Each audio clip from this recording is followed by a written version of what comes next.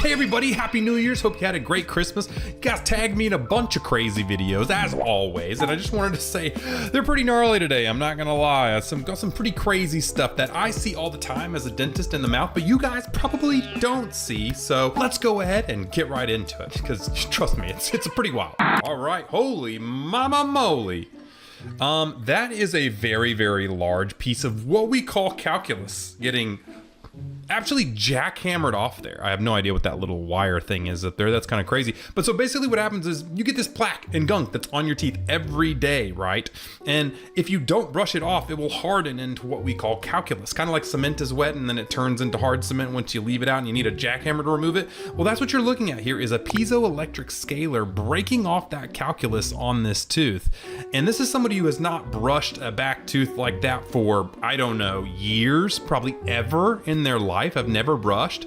And so you can see obviously there's a tooth in the front that's completely decayed and gone. The other tooth has got some disease in it, and this one is absolutely just blasting off. Half that tooth is not even tooth, that's just a giant block of calculus.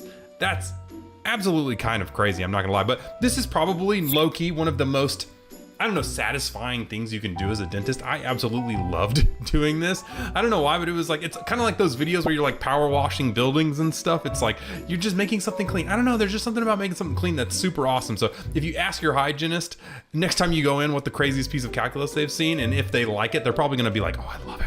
When I get the big ones in and I get to just pop off these big things of calculus, it's awesome.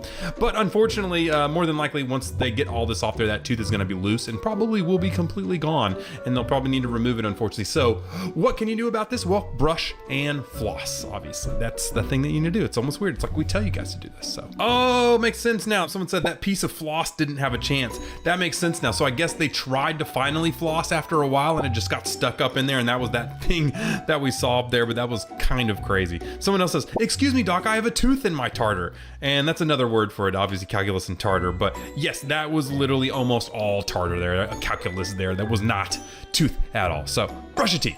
All right, what do we got here? Well, that looks like a giant trampoline of gum juiciness there, and not the good kind. That is actually what we call an abscess. So you can actually see how he's moving it. That's actually one of the tests we do, is that you'll actually kind of move it, and if it turns white like that, there's probably what we call some pus or abscess or whatever in there. Basically what's happening is this person had a cavity. You can see where it got filled on the side, probably got reinfected, or the infection was not removed fully from that tooth. And so if it gets reinfected underneath something like an old cavity filling or something like that, it'll work its way down the tooth into the root, and then it will actually individually, like the infection will get so big that it comes out of the tooth root and it has to go somewhere. So it goes through the bone and into the gum tissue, causing that abscess. So what you have to do, you'll actually pop that, you'll squeeze it like a pimple, get everything out of there, and then you'll get the person on antibiotics. They'll have to get a root canal to get everything out of there, and then they will be hopefully protected.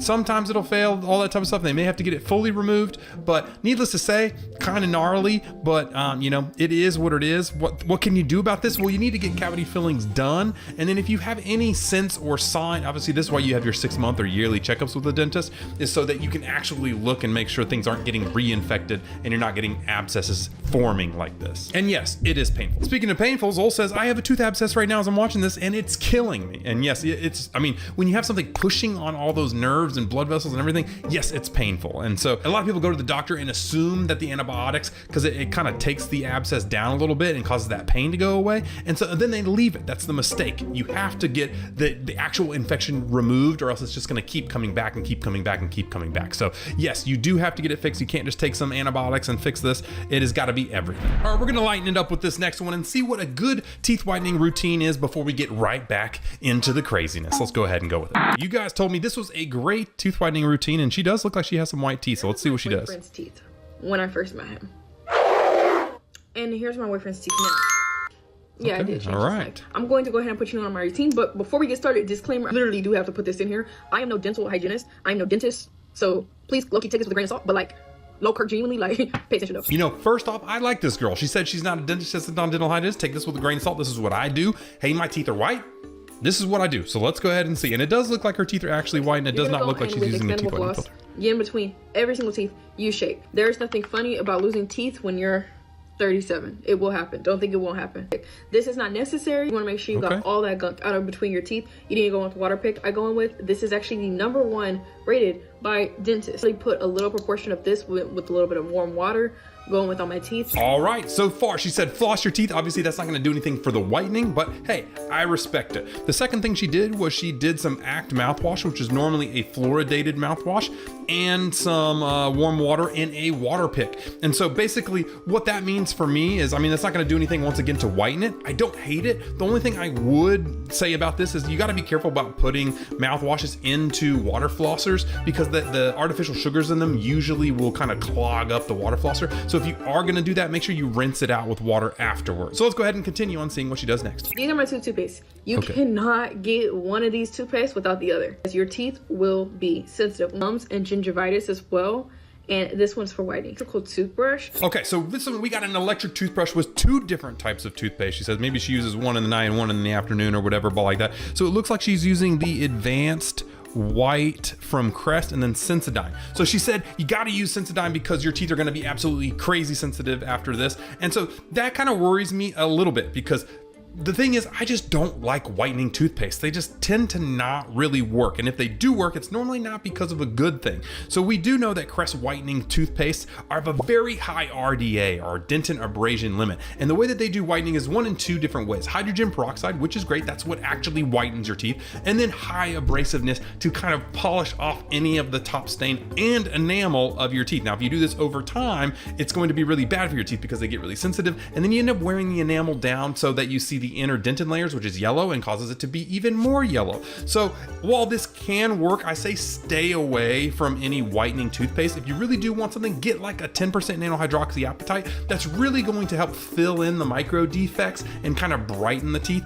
But unfortunately, I'm just not a big fan of whitening toothpaste because they're just so highly abrasive. Really, the thing that you need is the hydrogen peroxide. So not a big fan of this. I would switch these 2 out for like a 10% nano hydroxyapatite.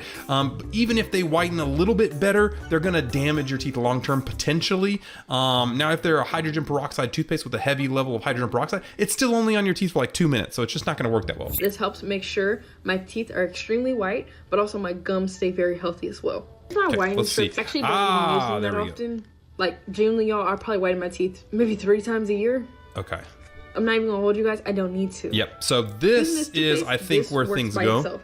It literally is a whitening toothpaste. Okay, so that's her routine. So bingo, #4 was actually the thing that really whitened her teeth, even though she thinks it may be the toothpaste using it slowly over time. Yes, a whitening toothpaste like we went over will whiten slowly a couple little shades, but mostly it could be at a detriment to your actual enamel, unless it's just purely hydrogen peroxide and the RDA limits are less. You can search up those and see where your toothpaste ranks on that. But the actual Crest 3D whitening strips, I actually really like a lot. I mean, we even have our own whitening strips and they work really good, but Crest 3D whitening strips work really well as well, actually, you know, and I do think that's where a majority of her whitening is actually coming from. Not the toothpaste, not the water flossing, not that stuff. So I do like the flossing, I do like all the other stuff she's doing, but if you really just are looking for white teeth, yes, hydrogen peroxide or carbamide peroxide whitening strips are really the only suggestion you should be looking at. Everything else is pretty much a scam, from PAP Plus to the purple ones to the green ones to all these other ones. They're all scams. They do not work. It is literally hydrogen peroxide and carbamide peroxide, which is doing what you want it to do. If it's not those two things, it's either doing nothing or harming you. Either way, I like this girl and I think she did a great job on her routine. What do you think? Alrighty. Ooh, we got some gum overgrowth.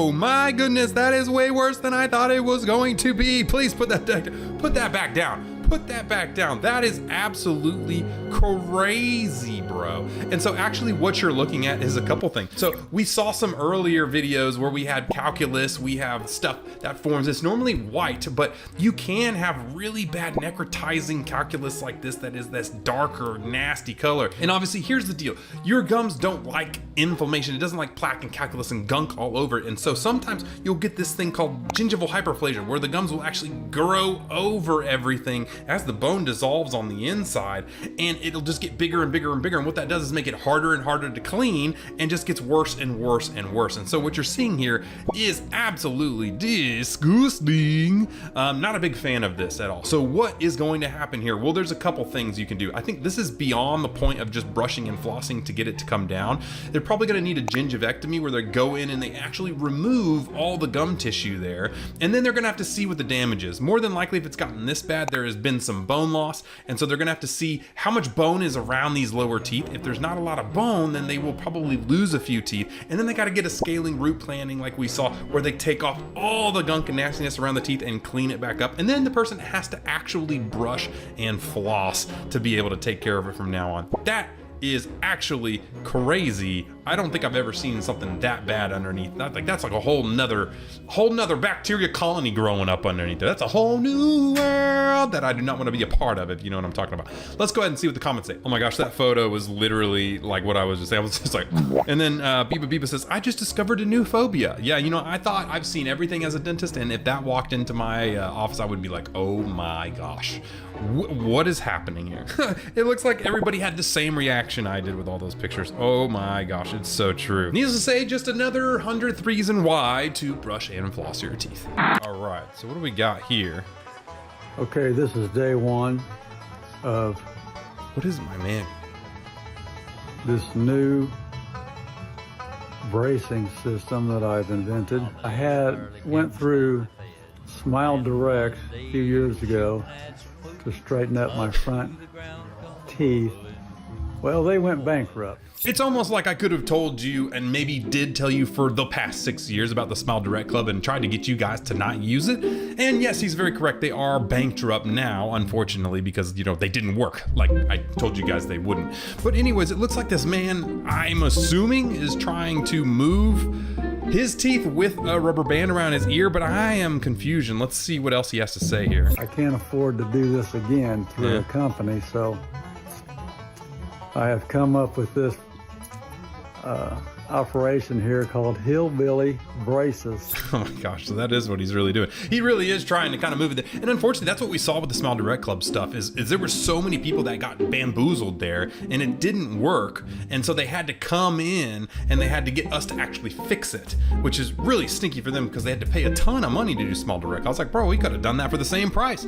But anyways, there's a couple issues with this, is because the reason why Smile Direct Club doesn't work is the same reason why this won't work. One, obviously you need force over time in braces. And so obviously, unless he's gonna keep this thing around his ear all day long for the next 6 months or so, I think his ear will probably get chopped off and have a sore before he actually does any actual movement. And the other reason is he's got crowding, guys. And so you guys realize that crowding is just a puzzle piece problem, where the puzzle pieces are too big for the jaw that he's got. And so basically, in real braces, you have to do things. You have to polish between the teeth, you have to get rid of some of the space, and then you have to move things and expand things and do things that a rubber band like this is just not gonna do. So what is this gonna do? It's probably just gonna put pressure on the teeth for a little bit, make it sore, and then go back and forth doing that forever. Could cause root loss, could cause bone loss, could cause problems here. So no, this isn't gonna work. It's just gonna cause some pain to his ear, and you move it. If it does anything, it's gonna move the tooth potentially, but then it's just gonna cause that crowding everywhere else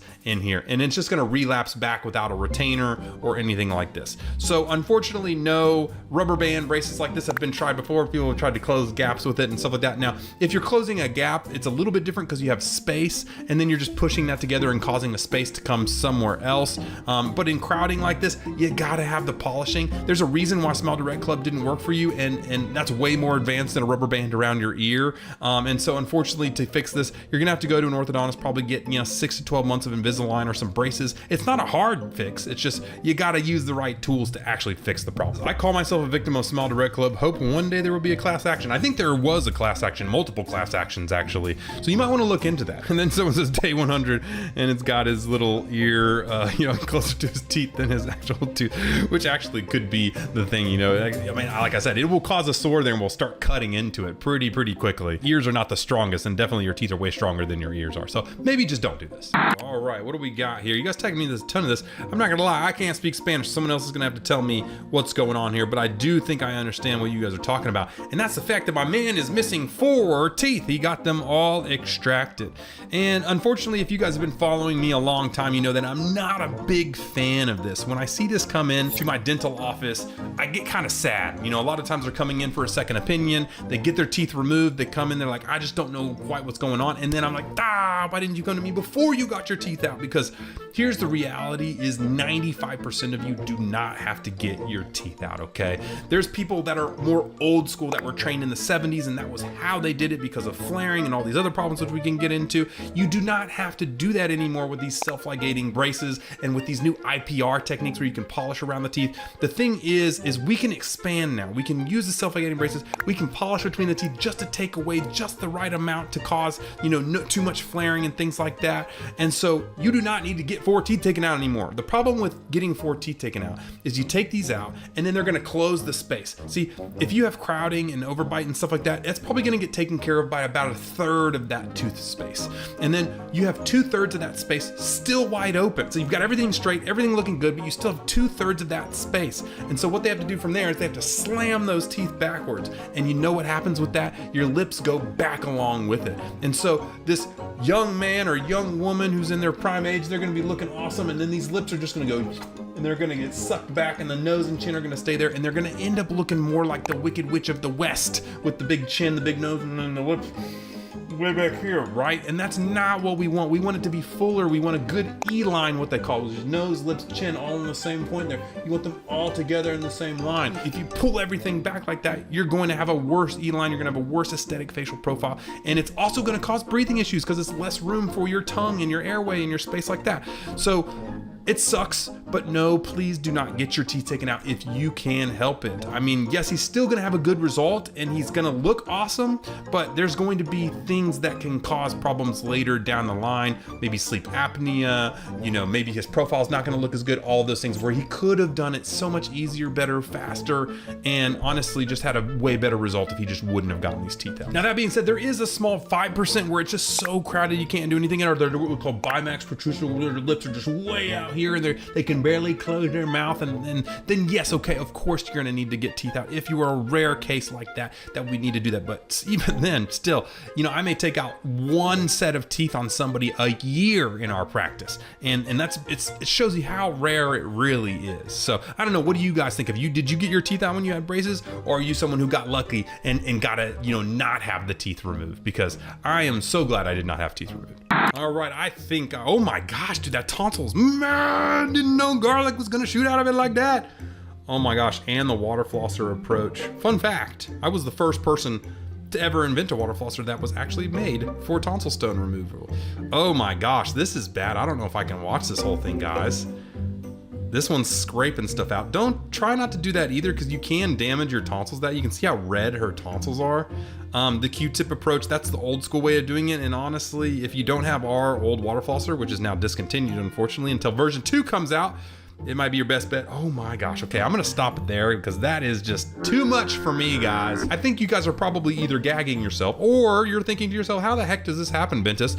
And it's really interesting. Your tonsils have these things called crypts in them. They're little, you know, crypts, little crevasses in your tonsils. And you get food and gunk. When you chew it up, little tiny bits of that food get stuck in one of those crevasses. And when you swallow, it causes the muscles around there to compress, and it compresses it a little bit, and then more food compresses, and then more food compresses, and it creates this almost like a pearl, like you're a clam making a pearl, but you're creating a stinky, rotten food pearl in your tonsils. And then slowly over time, those build up and get stuck. Now, you can tell if you have these if you're somebody who brushes your teeth all the time and people are like, bro, your breath stinks. Go brush your teeth. And you're like, I just got done brushing my teeth. What the heck? Another thing is you feel something scratchy in the back of your throat. That could be another thing that you find. Or two, if you open your mouth and you see those little white balls kind of sticking out there in the back, those are signs that you're probably somebody who gets these tonsil stones. I got them. That's why I invented the Aqua Clean Duo, the very first water flosser to actually do that. Now, we've discontinued that until version 2 comes out. You can see the new box for it here. That'll come out in a couple months. I know you guys have been asking me a ton. Now, if you use a regular water flosser, it is very harmful to the tissue because it is too high powered. So, you know, unfortunately, probably your best bet is using like a Q-tip with some Vaseline on it for now or if you have one of our old water flossers, obviously it's still awesome for it. But don't worry, we are coming back out with the water flosser. You guys will see it. There's a whole nother story around that guy why we had to stop selling that one. I don't want to get into, but needless to say, this is crazy and a big problem. So yeah, but once you get these removed, you can gargle with like a mouthwash or something daily to try and prevent that food from getting, you know, stuck in there over time. So either way, kind of gnarly. Eli Code says, what causes tonsil stones? Well, I just told you, you heard that one. Snow Pancake says, tonsil stones are literally the human versions of pearls. And I actually said that too. That's crazy. It's almost like you guys know exactly what I'm thinking these days. All this 6 years of educating you guys is finally working. Dick Sausage says, they smell like wonderful roses. No, they don't. And if anybody's had tonsil stones and squeezed them together and smelled them, oh my gosh, you know exactly what I'm talking about and why your breath rinks if you haven't. The one bite of food right after brushing your teeth. I think crunchy.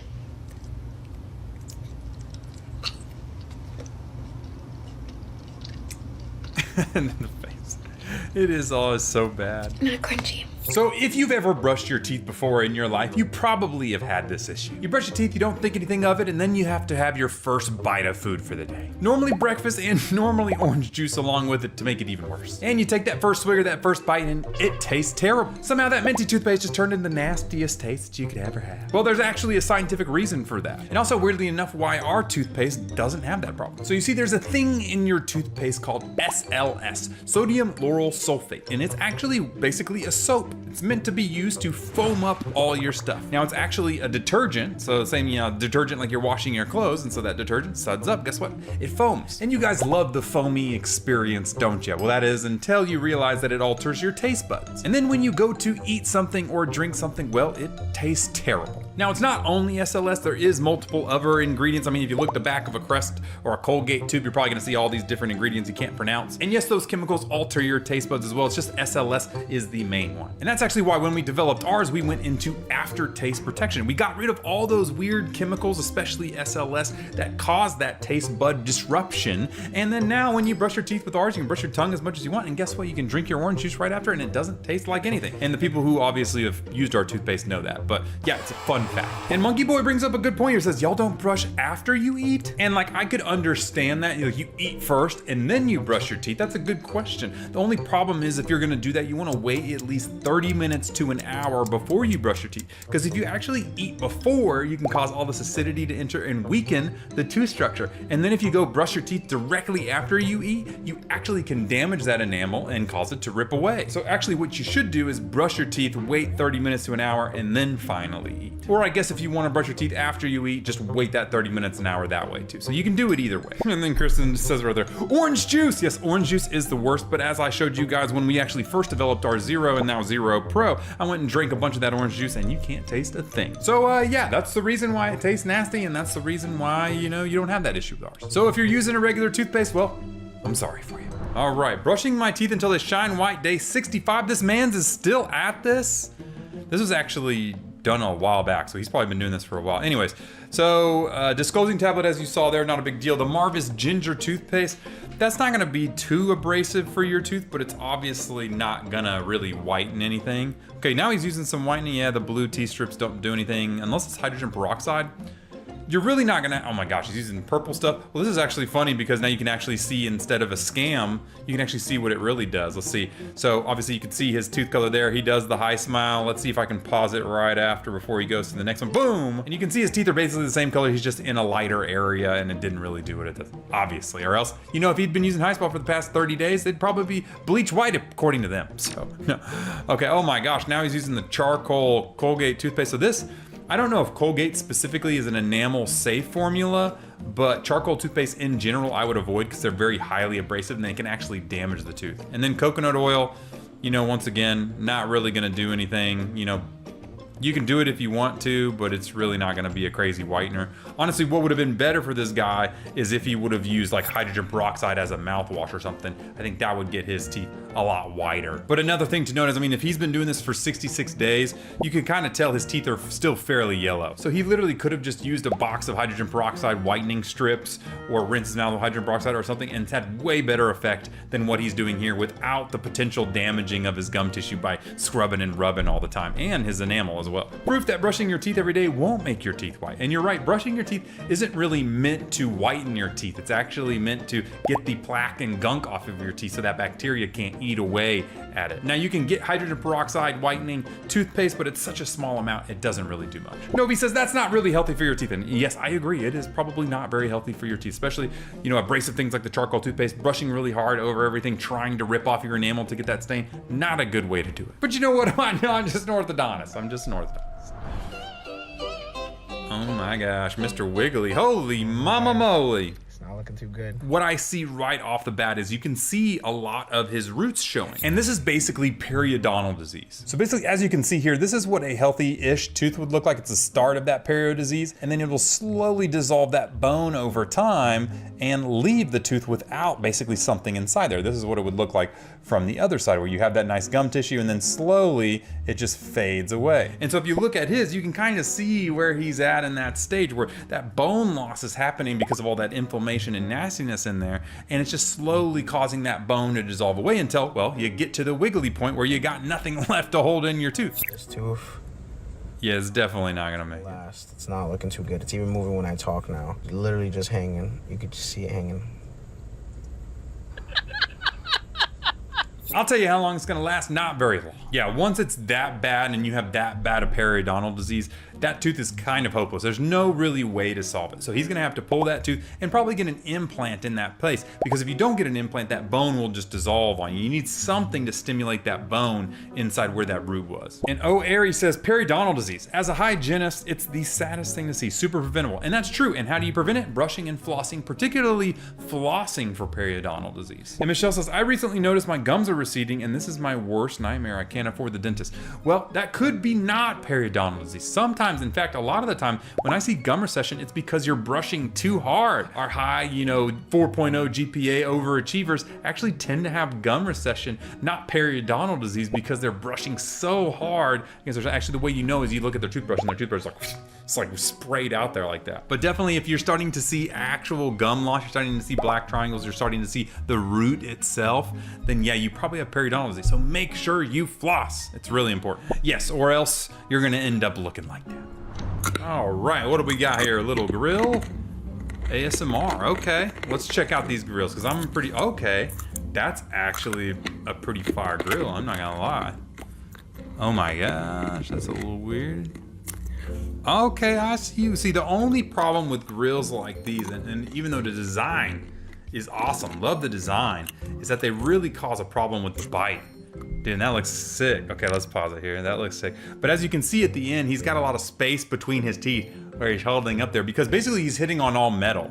Now, what this does is over time, actually, if you're wearing these all day long, it can cause an open bite. And the way it happens is basically, if you have your teeth wedged open all the time, you get space back here in the back. And then those teeth over time want to touch each other. So they'll actually start to come down until they hit each other. And we actually use this in orthodontics to fix deep bites. But if you're accidentally doing it overly like this, then basically his teeth will touch in the back, and that space and gap you see in the front will be permanent, and then he'll have an open bite. So I would definitely not do a permanent grill like this, because, well, it would really cause an issue with him long term. It would be very painful to eat as well. But even as a temporary, you can wear it out at night, maybe for a special occasion, but I would not wear these all the time, because it will cause dental problems. I know it tastes like metal. Yeah, I mean, it's almost like I feel like I got a penny in my mouth when I see stuff like that. I don't know if that's normal or not. Does anybody else have that feeling? Felix says, you're not supposed to eat it. And I'm not gonna lie, I totally did not. I just totally glanced over the fact that he was just chomping on them bad boys. He was literally eating them like a bag of Doritos. I think I've just been tagged in too many crazy videos. I'm just numb to it at this point. Either way, they look cool. All right, I'm not gonna lie, I cannot read that at all. I don't speak of whatever language that is, but let's see what we got, because apparently a lot of you guys tagged me in this one. Okay, ooh, my gosh, okay, whoa, whoa, whoa, whoa. Oh man, Yeah, that is some nastiness going on up underneath there. I was literally about to pause it. If you look at the very beginning there, you can see all this kind of darkness around here. Now, this is one of the reasons why I don't like tourist dentistry unless, we've been getting better over the years, but this is one of the bigger issues I've seen is when you don't get someone who's like a big professional at these things. Now, this could be very well a temporary or something weird's going on there, but like looking underneath it looked pretty decayed. So this is kind of normally what I see is basically when they make these crowns or bridges or whatever, they say, we're gonna make you veneers across your front teeth, and then they don't make you veneers. They shave everything off, and then they slap some big fat thing on here like this where the margins are not sealed, everything is not hygienic, and when you have wide open margins around there that aren't perfectly sealed to your teeth, food, gunk, nastiness can get up inside there and start infecting the teeth. And so we can kind of fast forward to when he pops them off here and he's going in, and that's obviously one thing I don't want to do anyways is have that little thing ripping it off.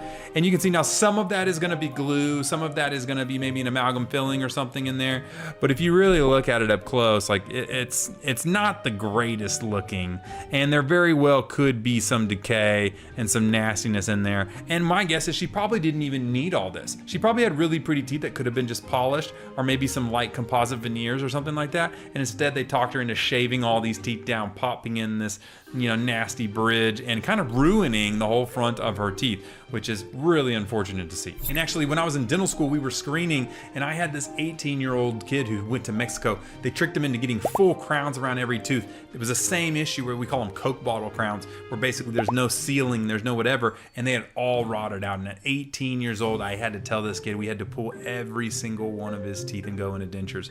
It was miserable. So if you're gonna do tourist dentistry, at least try and really find some good reviews and find people who are trained and know what they're doing. All right, how dentists remove your wisdom teeth? Oh, okay. Oh my gosh, what a weird angle. Yeah, I wish it came out that easy. And we are sewing it up. Okay, let's go back to this and see kind of really quickly what we got here. So the tooth goes in. The first thing I see is it shows like it's cracking and breaking the tooth inside of it. That doesn't normally happen. In fact, it just kind of gets stuck there. Now, sometimes it does dissolve away that tooth over a long period of time, but it doesn't have enough eruptive force to literally like shatter and break your tooth eventually. That would be bad if that could happen. But it can cause problems over time. And you can also get food and gunk that gets up underneath there and starts to decay it and cause an abscess if you don't take care of it. So then they're gonna give some anesthetic here and get it all back together. They're gonna lift it up. Now he just literally pulls it out there. That's not really what happens normally. Normally what you would do is actually section it down the middle, and you can pull one out and then you can pull the other side out. Obviously you can't pull it from the side because there's bone there in the real way. So definitely not as easy as that. And then he did clear out and kind of shave out the inside there. We do try and flush it out, and they do try and kind of polish any rough edges of bone and things like that. And then they do sew it up here at the front. Just kind of weird thing. And then it does heal up. Hopefully not with a dry socket if you listen to your dentist and don't, suck on straws or eat spicy foods or anything like that. And also, even though this looks crazy, it's not as bad as it looks. Trust me, wisdom teeth have come a long way, and they're way easier to get out now than they ever have been. So don't be too scared of them if you do have to get your wisdom teeth out. And Cy B says, why can't humans evolve to have no wisdom teeth? And actually, fun fact, we are kind of evolving to have no wisdom teeth. In fact, the rates of people missing wisdom teeth have gone way up over the years. And now, I would say 1 out of every 5 patients I see has missing wisdom teeth. So it's gonna be eventually a couple more generations down the line, you probably never have wisdom teeth again. And that's interesting because this Ismail says the wisdom tooth can't grow in modern life people due to our narrow and recessed maxilla. Yeah, there's actually a lot of different things. Obviously, we're not eating hard enough foods like we used to back in caveman times. So the bone's not strengthening and getting out. There's a lot of airway problems because of that. People are not training their tongues properly. You got your mewing crowd and all that out there to kind of help with that. We've got expanders, all these things to do. I like that. It says, they call it a wisdom tooth, yet it grows like it has none. I don't have anything to add to that. That's a perfect way to end this video. But I don't know, let me know if you've gotten your wisdom teeth out. Oh my gosh, what do we got here? The cyst in my mouth has popped. Oh, that does not look like a cyst, brother. That looks like a mucocele. Yeah, and so what that is basically when you get these little mucus glands or saliva glands in your mouth, if you bite them or accidentally chomp on them or whatever, they can get swollen, inflamed, and then they basically kind of fill up. Now they can be watery if it's more of a salivary one, or it can be a mucus forming one and cause a mucocele, which we're gonna see. Oh my gosh, does he pop it? Yeah, it literally just comes out normally like a little gummy blob. Yeah, there it is. Oh, the boogie, mouth boogie. And yeah, that's a mucocele. Now, sometimes, unfortunately, these do keep coming back and you have to get a surgery to deal with it, but a lot of the times you just pop it, never comes back, and you never deal with it ever again. So it's like clear, but like, dude, bro, stop playing with your mucocele. What are you doing? That's so weird. Tachi says, is that filler? What is that? That is not filler. That's a mucocele. Nido goo. Ugh. Now I'm never gonna play with the Nido again and not think about a mucocele. So thanks for that. This is me literally watching you right now. That's how I feel all the time when I see this. But I promise you, after years and years, I've been doing dentistry for over a decade now. You get used to it over. I'm numb to this. I've seen it all, and trust me, it gets way worse.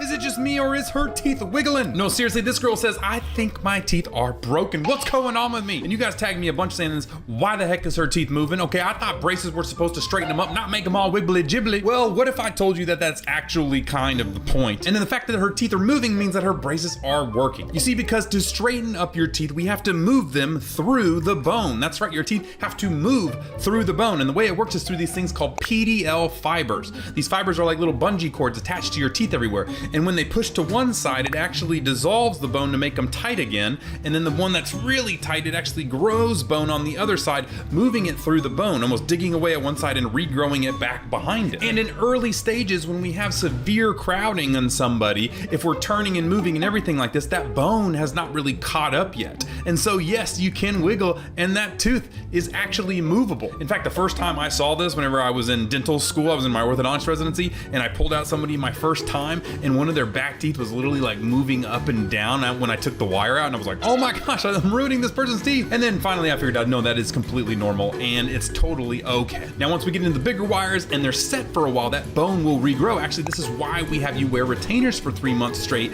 because we want that bone to reform and solidify those teeth so they're not so wiggly biggly on their own. Let's see what they said in the comments. Someone said, this is how my crazy teeth falling out dreams start. And actually, it could be, weirdly enough, maybe it connects to your brain and makes you dream about it or whatever, but it's actually a really common dream to have teeth falling out. Someone said, yo, don't scare me, I just got braces. And like I said, nothing to be scared about. Now, I wouldn't overly go crazy, be doing this over and over and over again, because you know you can cause issues if you just continue to play with it and mess with it like that. But overall, not a problem at all. Doesn't mean it's not a crazy party trick though. I don't think people are realizing how serious this whole I do braces discourse is. That's your skull. This is in your skull. Like, it's way deeper than what it is. Like, that's literally, they're moving the bones in your skull.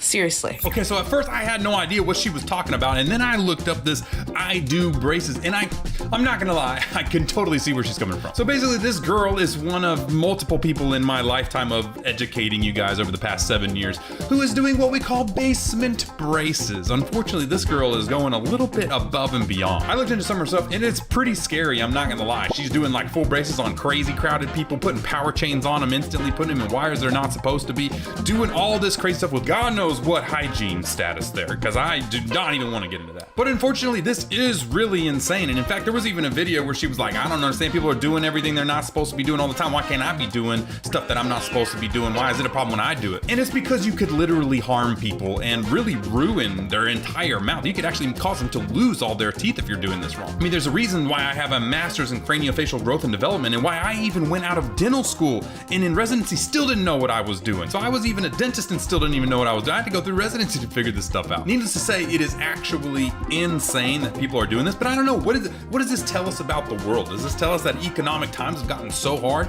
that people have to go to a basement braces person to get their dreams done?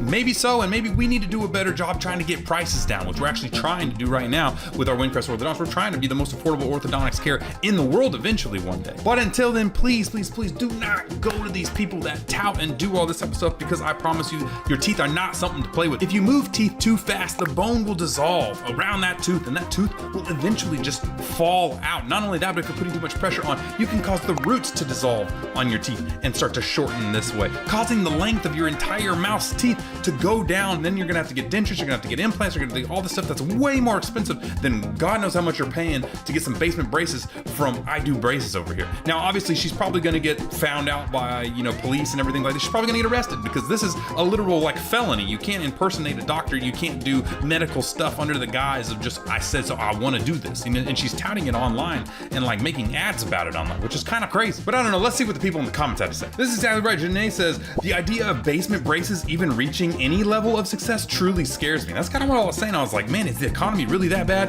Hint, it is getting pretty bad, I'm not gonna lie. But still, I mean, to a point that you have to go do this is kind of insane. And then Taylor says kind of what I was saying. Regular dentists can't even do braces. That's a specialty. Braces are that serious. And that's what I was saying. When I came out of dental school, I knew jack squat about braces. And to be able to do it even took me 2.5 years to get comfortable with doing it on my own in residency. And Ash says, that's why braces are called orthodontics. Ortho is in bones.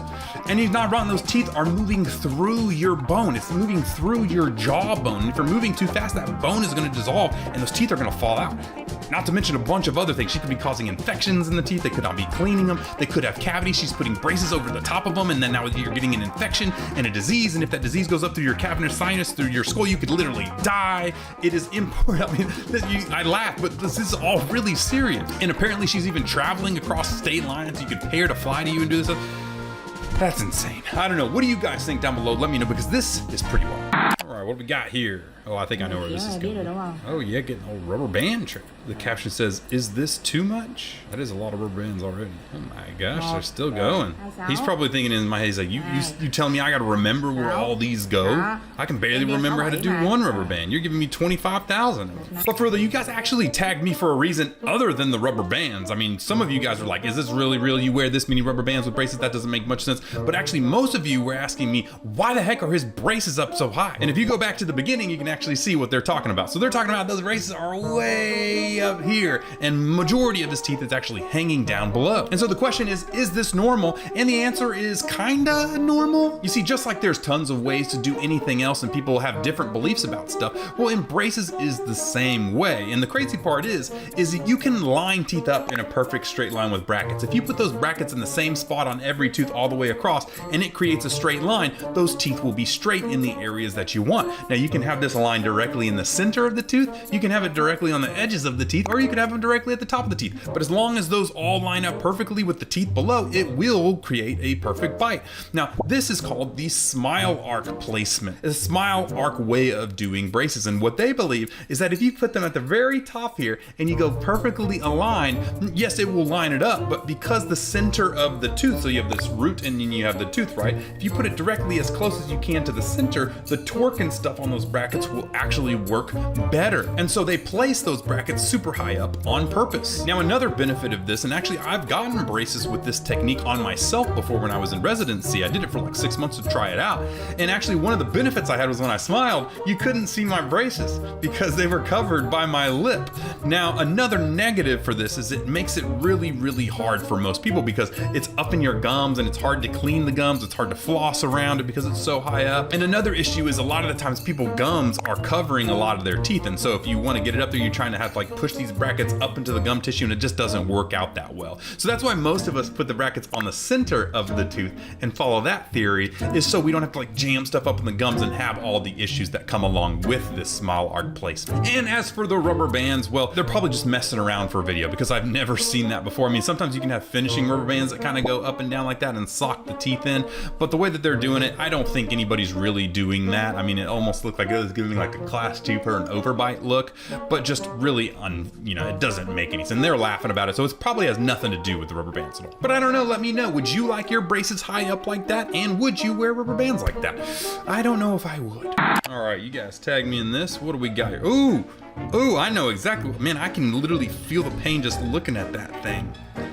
Oh my gosh. What we're looking at directly live right now is actually what's called an ulcer or a canker sore. Now this can happen for a bunch of different reasons, but normally it happens from trauma, aka you chewed on something and maybe you hit a chip or something like that and it cuts your lip, or in this case we see it sometime in braces. And when you get these braces, things like that little hook that you see poking out there will start to damage that lip and cause that ulcer. Now these are really painful, and so the way that you would deal with this is you would ball up some wax and you would put it on there, and you would have to keep it on there for about 10 days as that ulcer took its course and healed up. Now you can get these on the soft tissue area anywhere. You can even get them on the tongue and stuff underneath, but if it's on the hard tissue area, if you see something very similar but it's on the harder area of the gum tissue, which we call the attached gingiva, that is actually a herpetic sore. That is more like a cold sore. That is the stuff that is on your lips. This is actually an aphthous ulcer, which is on the soft tissue or the loose tissue there, and this will just have to heal up in 10 days, and there's not really anything you can do about it. You can do warm salt water rinses to help. You can add some wax on there to help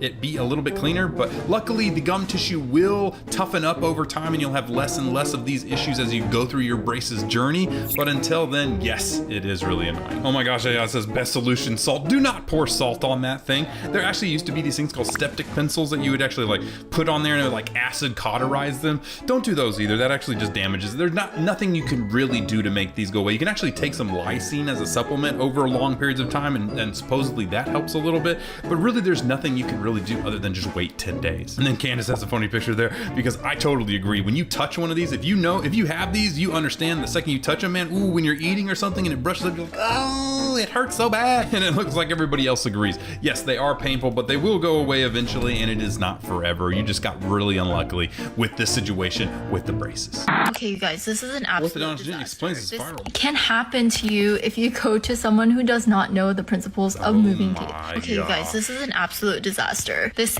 can happen to you. That is an absolute if you go to disaster. someone who does Holy not know. moly. So I looked and I couldn't find the original video here, but this is what we were just talking about, basement braces earlier, you know, where we have people doing untrained dentistry that don't know what they're doing. And this is something that could actually happen if you went to somebody with an untrained dentist situation. And it's crazy that this actually popped up at the same time. You guys tagged me in this saying, what the heck is going on here? And so what is actually happening is people's brackets and braces, you know, a lot of people don't know there is a prescription in the bracket. There is a tilt, torque, and tip that is specifically in every bracket in your mouth to make them all fit and tilt to be the exact same place that we want them to be for a perfect smile. Now, because these are prescription, just like if I gave you prescription lenses for your eyes, I can give you the wrong prescription and it can harm the area, right? If I give you way too much prescription, everything's gonna be blurry and you're gonna start getting headaches and all this type of stuff. Well, unfortunately, some people can mess some stuff up. And if this happens here, normally what they did was they put the prescription upside down. So if you put the bottom brackets on the top brackets or bracket, or you just flip them upside down on accident and you don't know what you're doing, instead of tilting the tooth this way, well, it's now going to tilt the tooth this way. And that's exactly what probably happened on these front teeth, is they accidentally flipped all the brackets and put them all upside down on the top. And so instead of torquing them inward like they're supposed to, it torqued them way outward. And so much so that unfortunately this person will probably lose these teeth if they are not immediately torqued in the opposite direction again. I mean, you can actually literally see that premolar sticking out complete sideways. And so what do you do here? Well, first you got to take all these brackets off, every one of these teeth that has a bracket on there, because you don't know if it was just an issue with the bracket manufacturer or if it was something you did on your own or whatever it is. More than likely it was basement braces doing this, but regardless, you do the same thing either way. And then you got to get a fresh set of brackets, and you really have to make sure that they are on in the proper location. And then once you do that, you can put a big wire back in if you so choose to start working the opposite direction. Now, luckily, your body is pretty good. You have these things called little PDL fibers that are like stretchy bungee cords.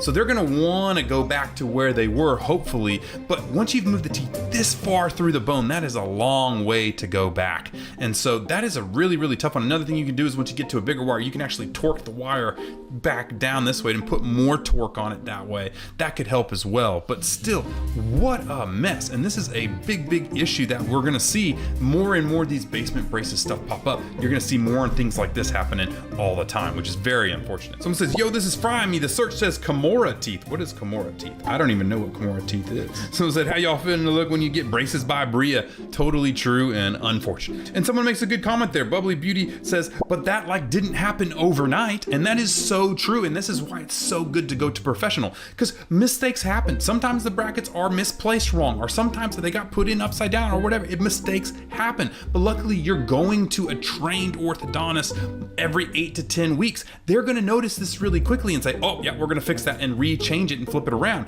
If you're leaving and going to somebody who's like, oh yeah, I just said it and forget to see me in 6 months to a year, well then all of a sudden you're going to come back and you're going to have this big issue and you're going to be like, what the heck?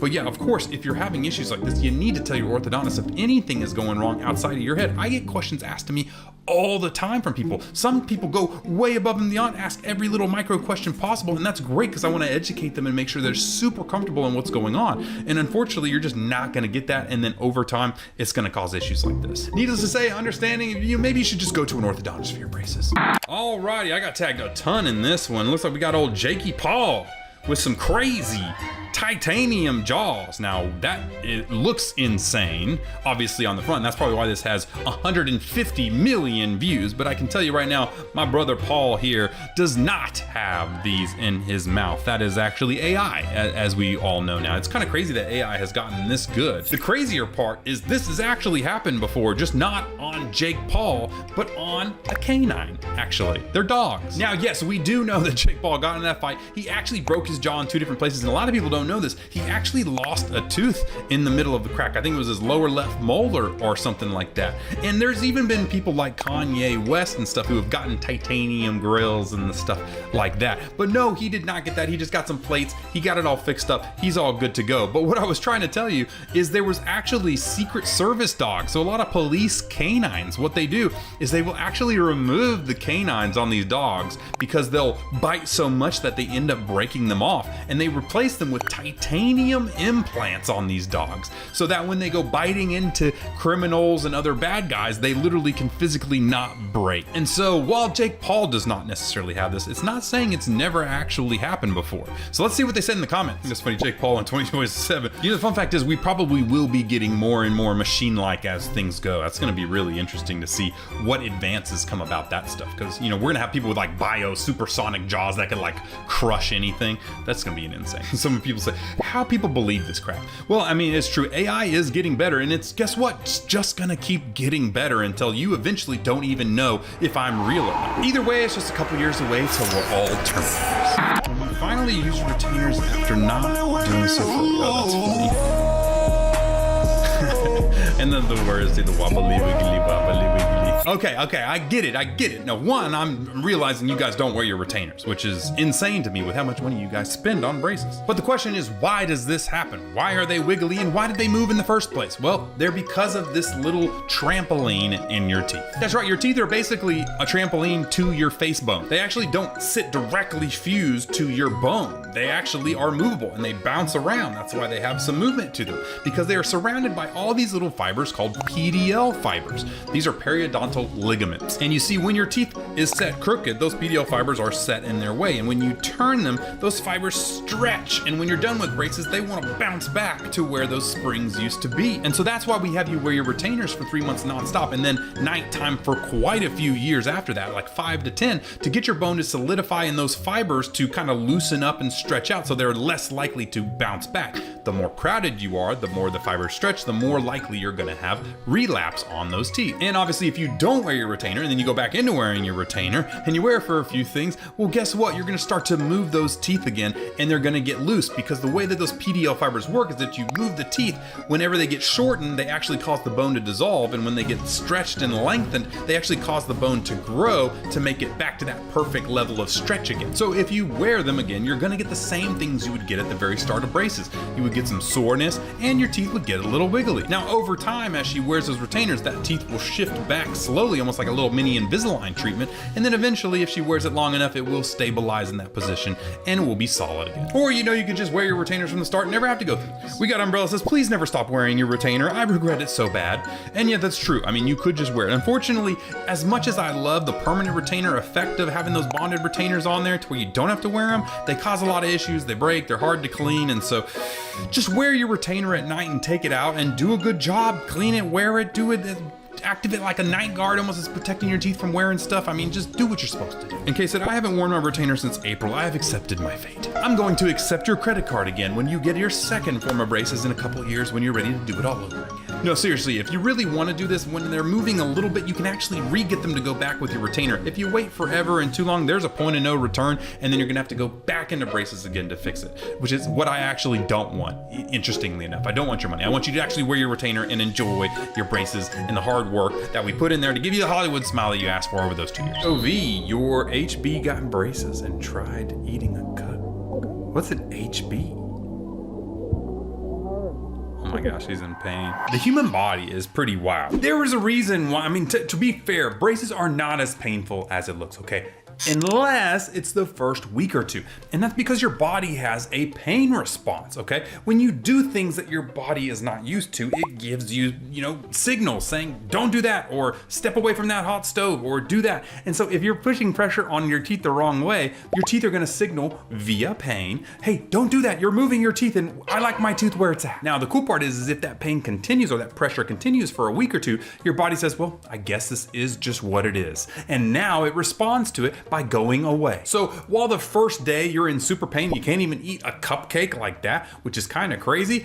2 weeks later, he's gonna have no pain. He'll be able to eat a whole steak if he wants to, and it'll be just fine. Defo said, I used to think people were being dramatic. They were not, and I'm not gonna lie. It is very sore. I wouldn't say painful, it is very sore. It's like you worked out every muscle in your body and the next day and you're just like, oh, I'm so sore. It's muscle soreness, not pain. Ilana says, and your teeth feel all wobbly all of a sudden. Do you guys ever get the one where like you push on it and you just feel this tiny little, it's like a little suction. I remember that when I had my braces. Tony says the pain's real, even water hurts. And to be fair, that's a little braces life hack for you there, is to get rid of that pain. It's the pressure on your teeth that's causing the pain. And so those wires are heat activated. So you can actually drink ice cold water, swish it around in your mouth for 30 seconds, and then the pain will go away for about 2 hours because it'll deactivate those wires. It's actually the heat of your mouth that activates those wires in the first place. So anything cold, even some ice cream, will take away some of that pain. That being said, the pain will go away eventually, and then you're gonna have that Hollywood smile that you've always wanted. So it's not that bad after all.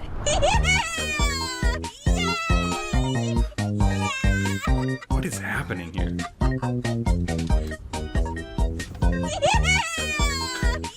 Oh my gosh. I think I understand why you guys tagged me in this one, okay? But I'm not gonna go there. In fact, I'm actually going to say that sugar in that ice cream that she's eating is not causing the problem at all, weirdly enough. Yes, that's correct. The sugar that you're eating is not actually the reason you get cavities. And in fact, some people can eat as much sugar as they want and not get any cavities at all. I know, it's unfair. And it's actually not genetic either. A lot of people say, well, it's just genetic. It's genetics of my family's teeth. That's not true. Well, kind of not true. It's not genetic. It is passed down via your family though. And that is because cavities are formed by bacteria, specifically a bacteria called S. mutans. We're gonna say S. mutans is a termite, and that termite likes to eat wood. Well, S. mutans likes to eat teeth. And the fuel for it just happens to be sugar. So it eats the sugar and then it poops out acid onto your teeth to weaken your teeth so it can eat into it more. So it can eat more carbohydrates, it poops out more acid, and then it keeps eating into your teeth over and over again. So it's not actually sugar, it's carbohydrates, but you know what I'm talking about. That bacteria is passed down from your family. You see, when you're born, you can't get cavities or oral disease at all. You're a blank slate. And then your mother kisses you or your grandma kisses you or drinks after you, and then she gives you her oral microbiome. And depending on how much you get from your mother or father, it even determines, like if they just brush your teeth and they kiss you, you're not gonna get too many bacteria. But if they've been waiting all day long, or maybe they're not very good at brushing their teeth, you can get these high bacterial loads. And depending on what your parents give you, well, now you have a chance of getting high periodontal disease or gum disease, or in the case of a high level of strep mutans, you have a really high chance of getting cavities no matter how much you brush. And that is why some people don't have to brush at all and they never get cavities. And that's why some people brush all the time and they get cavities no matter what they do. So next time time you get a cavity at the dental office, just blame your parents because it was their fault. Jamie says it's literally Pink Raven's laugh. I knew that sounded familiar to me somewhere. That's exactly, you are exactly right. That is Pink Raven's laugh. Me after taking a bite of the ice cream of worry and confusion. No, that face is actually me realizing that it wasn't my fault all this time. I've been brushing my teeth and I got the cavities because it was my mom's fault. She gave me the bacteria after all. Now that being said, regardless of all the bacteria in your mouth, you still need to brush, still need to floss, do your things. You could have one bacteria, different bacteria, all that. We're working on all that stuff. Obviously something nice. We've got the new biotech stuff that's actually actively working on this problem for the first time ever in oral care. We're not quite there yet. We're only tracking S mutans, which is cavities, and P. gingivalis, which is gum disease. But as more bacteria we're gonna figure it out, okay? Our goal is to try and solve oral disease in 3 to 5 years. So until that happens, you're just gonna have to keep brushing and flossing. And you know, if you get a cavity next time, just blame your mother. My orthodontist made me a gap I never had before. Oh, dude, that face.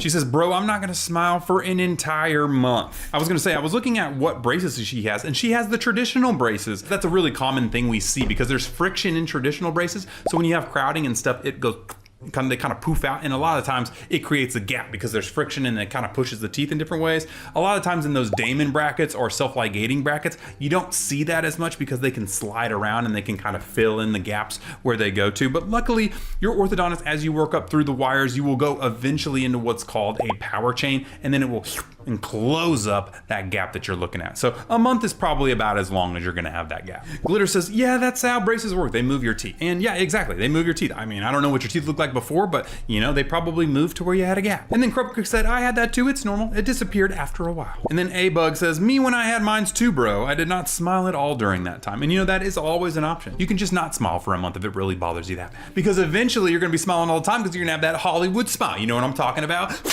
Either way, you'll be okay.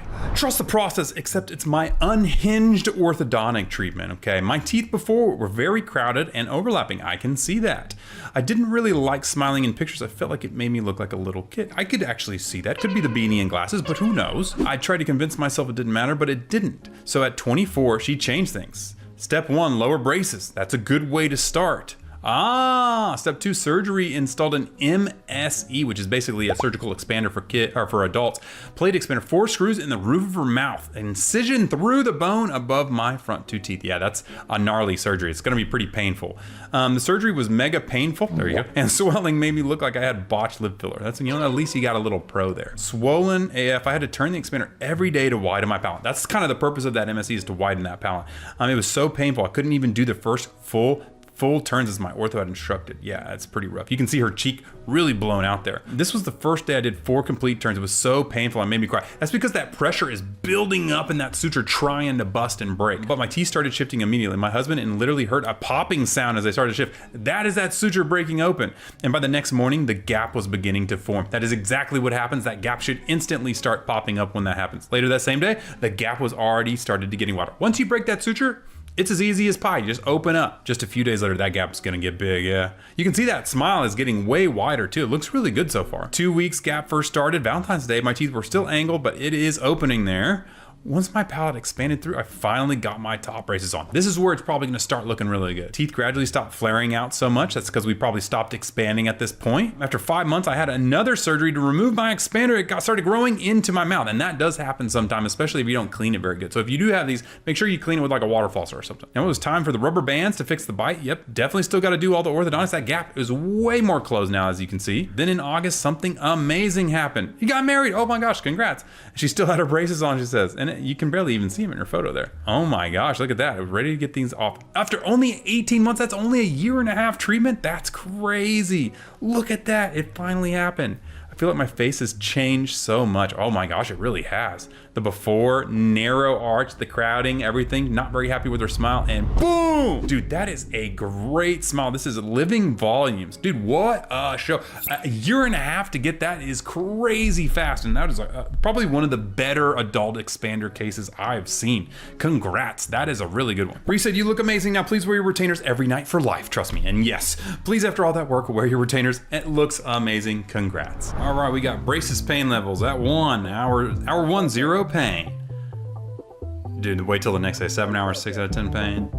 Yeah, 10 hours is about where I see. That's why I say have your last meal. And then next day, 8 out of 10 pain. Look at that. Yeah, braces can be painful and definitely really sore too. It's more like a muscle soreness than like a pain sharp soreness. And definitely that first day is really intense. So something you need to do if you're going to get braces, when you're going in, take some Tylenol, ibuprofen to numb the pain and get ready for that. Let your body start getting ready for that pain. Another thing you should do after you get your braces on is go have a final meal, because it'll probably be the final time that you can have a solid meal for a good week or two. And then make sure to ask your parents to go get you some ice cream, because these wires are heat activated and you need to have some ice cold water on hand. You can swish around with that, or some ice cream or something like that, something cold to deactivate that wire if you want to just get some of that pain relief for a little bit in that first week or two. Now, luckily for you, after that first week or two, that pain goes away. Your body gets used to it and everything is fine from there. She says, oh, wait till you just get them power chains on. Yeah, you know, the power chains are a whole nother story. We'll talk about that another day. No, I'm just kidding. They really aren't that bad. You may be sore for a day, but then it goes away after that. And exactly, Isabella says, okay, but I just got mine off and this is how I feel. That's what it's for. The pain is beauty is pain, because in the end, you're gonna have that Hollywood smile you want. You can be smiling all over the place and the pain would have been worth it. Day 2 of using orthodontic.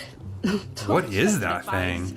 To open my jaw, because I have lockjaw. Oh my gosh, she says, day 2 of lockjaw therapy. This is a torture device. I'm 14 days post-op of my second jaw surgery. That wowzers. Okay, yeah, she's definitely after jaw surgery. She's got limited opening. Take the edge off. And maybe she got lockjaw from the first surgery, or maybe she had lockjaw and they're confirming. I have never seen this device in my life. So if there's an oral surgeon who wants to comment, that looks... I slipped. I'm not gonna lie, this doesn't really make sense to me, because like, lockjaw is normally how the condyle fits in the fossa. Maybe she has so much swelling and pain from the surgery that they're using this to kind of just make sure that everything's moving. But like, that can really damage, if you're locked up and the condyle is sitting on top of bone and you're forcing and jamming that bone into the other bone with this, that could actually damage your jaw. So I'm not too sure what this is doing. I'm sure oral surgeons and somebody can help me out here, because this is weird, because I've seen a ton of videos. I have never seen somebody using a device like this to fix a locked jaw. A lot of times lockjaw is just because it's dislocated or it's messed up. My guess is it's sitting in the right spot, but maybe there's like some scarring from the surgery or something, and then they're trying to make sure that she's maintaining and keeping opening so it doesn't get locked in and get fibrous and damaged from the surgery. But that's scary. Oh my gosh. Hopefully this doesn't hurt her. Please, if you're an oral surgeon, somebody like tell me what's going on here. That thing looks crazy. And a lot of people are saying, do you know what causes lockjaw? What causes lockjaw? Well, it depends. It could be because your disc is out of place and it's dislocated and it needs to be relocated back in case that would be a bad idea to be using something like this. It could be because you've worn down your condyle from bad, chewing over time, and you've grinded bone on bone for so long that it doesn't fit anywhere anymore and you're just kind of locked. It could be a bunch of different ways. And a lot of them, this could actually harm it. Forcing open a lockjaw that's bone on bone is a bad idea. So obviously I'm sure their oral surgeon is working with them and there's a reason for this, but it doesn't mean it doesn't look crazy. Is it just me, or does this look crazy? Belle says, dear stranger, I am so sorry. And you know what? It's true. I'm feeling for you too. And as the internet's dentist, I'm sorry as well. I hope you get better soon. Alrighty, we got Dr. Morad Shaglouf. Composite restoration for anterior badly decayed central incisor tooth. And look at that thing. Oh yeah, that's the forbidden gummy worm there. And no, my man did not eat shoelaces there. You can kind of see that at the very end. Actually, weird, he did that in reverse. So if you look at it from the end there, you can see what we kind of started with. You had a really badly decayed tooth here in the front. And so this is what we call a composite restoration. So you can kind of see from the front again, he built it back up with this. And that little cord that he's pulling out is what we call a packing cord. And so you stuff that in there. And a lot of times they're doused in like epinephrine and stuff to stop any bleeding. And you push that up in the gum tissue so that when you put that composite there, you get a really nice seal so there's no overhanging or problems there. And yeah, it looks pretty crazy, doesn't it? It definitely looks like this guy probably doesn't take as good a care of his teeth as he should, but to be fair, it could just be staining from eating certain things. A lot of times in the Middle East, we see people eating a lot of betel nuts and things like that, and that causes some of that brown staining that we see there. And it does look like this man grinds his teeth a lot because his teeth are flat. So his teeth are definitely, in need of some composite restorations. Looks like this Dr. Murad Shagluf does a pretty good job. So, I mean, it looks like he's in good hands, but he's a little like with pulling that cord out. Wow. Yeah, that's a solid one. There you go. Raya says, this is disgustingly satisfying. And you know what? That's all of dentistry, really. In the beginning, it's really shocking. You know, my first crazy stuff I saw in dental school, I was like, what did I choose this profession for? You know, but by the end, you're numb to it. And then now it's all just fun and interesting to look at. Oh my gosh, Mally with the freaking chew eye. I didn't think it was that gross. This is like borderline. This is like baby stuff. Either way, that's why you got dentists like us wearing 2 pairs of rubber bands so that I can get my braces off tomorrow. Oh my gosh, you got some little vertical ones? Yep, some settling elastics. Good deal. All right, the age-old question. And guess what? I love the tenacity there. You're really trying hard to get yourself out of braces. But what if I told you that doing this could actually potentially slow down you getting out braces? I know, it's weird. But the reason is, you see, because braces is a force load system, and you actually need light, continuous forces over time to move teeth. And it's because you have this very intricate system of your tooth. So what happens is your tooth sits in the bone, and you have these things called PDL fibers that sit around them. And then the way that you move the tooth into that system decides whether the bone needs to dissolve, to build, and to move that tooth across, your mouth. And the problem is, if you push too hard against that system, aka you add too much force, instead of the tooth actually nicely moving through the bone and through your teeth, it actually ends up dissolving the tooth because of a trauma-like response. And so your body actually shuts down the movement of that tooth because it's apparently too much force against that system. So adding double rubber bands can actually add too much force because, we predict the exact amount of force we want to use. That's why you have different rubber bands. You have the parrots and the rams and all the different animals and all that. That's because those are actually different forces that we're putting on particular sets of wires that we know aren't going to go over that threshold of too much force. And that's actually why we don't like people doing their own braces and stuff, is because they don't understand how much force they're putting on. And if they put too big a wire in too early, it creates too much force, causes problems, and can even cause permanent damage to those teeth. So will wearing 2 rubber bands get your braces off faster? Probably not. In fact, actually what will get them off more is actually just wearing the rubber bands and wearing them over a long period of time and not taking them off, or barely taking them off, because time in wear is way greater than the force in wear. And I tell my patients this all the time. It actually takes over 8 hours of force on your teeth before they even start to move at all. And if you only wear them 8 hours and then you stop wearing them, you basically did nothing for that entire day. That's why we want you to wear them 24 hours a day. Take them out to eat, take them out to brush your teeth, and then you'll get past that 8 hours, your teeth will start to move, and then you'll continually move through that process. If you're only wearing it at night for 8 hours, you're just about to start moving those teeth, and then you reset everything throughout the day, and then you go back in the night and you wear it again, and you wonder why teeth are not moving. That's the reason why. So use the force we tell you to and wear them constantly, and you will see those teeth move. And coincidentally, get out of braces faster. When the dentist missed us, oh my gosh, is that a nail file? Jesus, people are still doing this in 2026?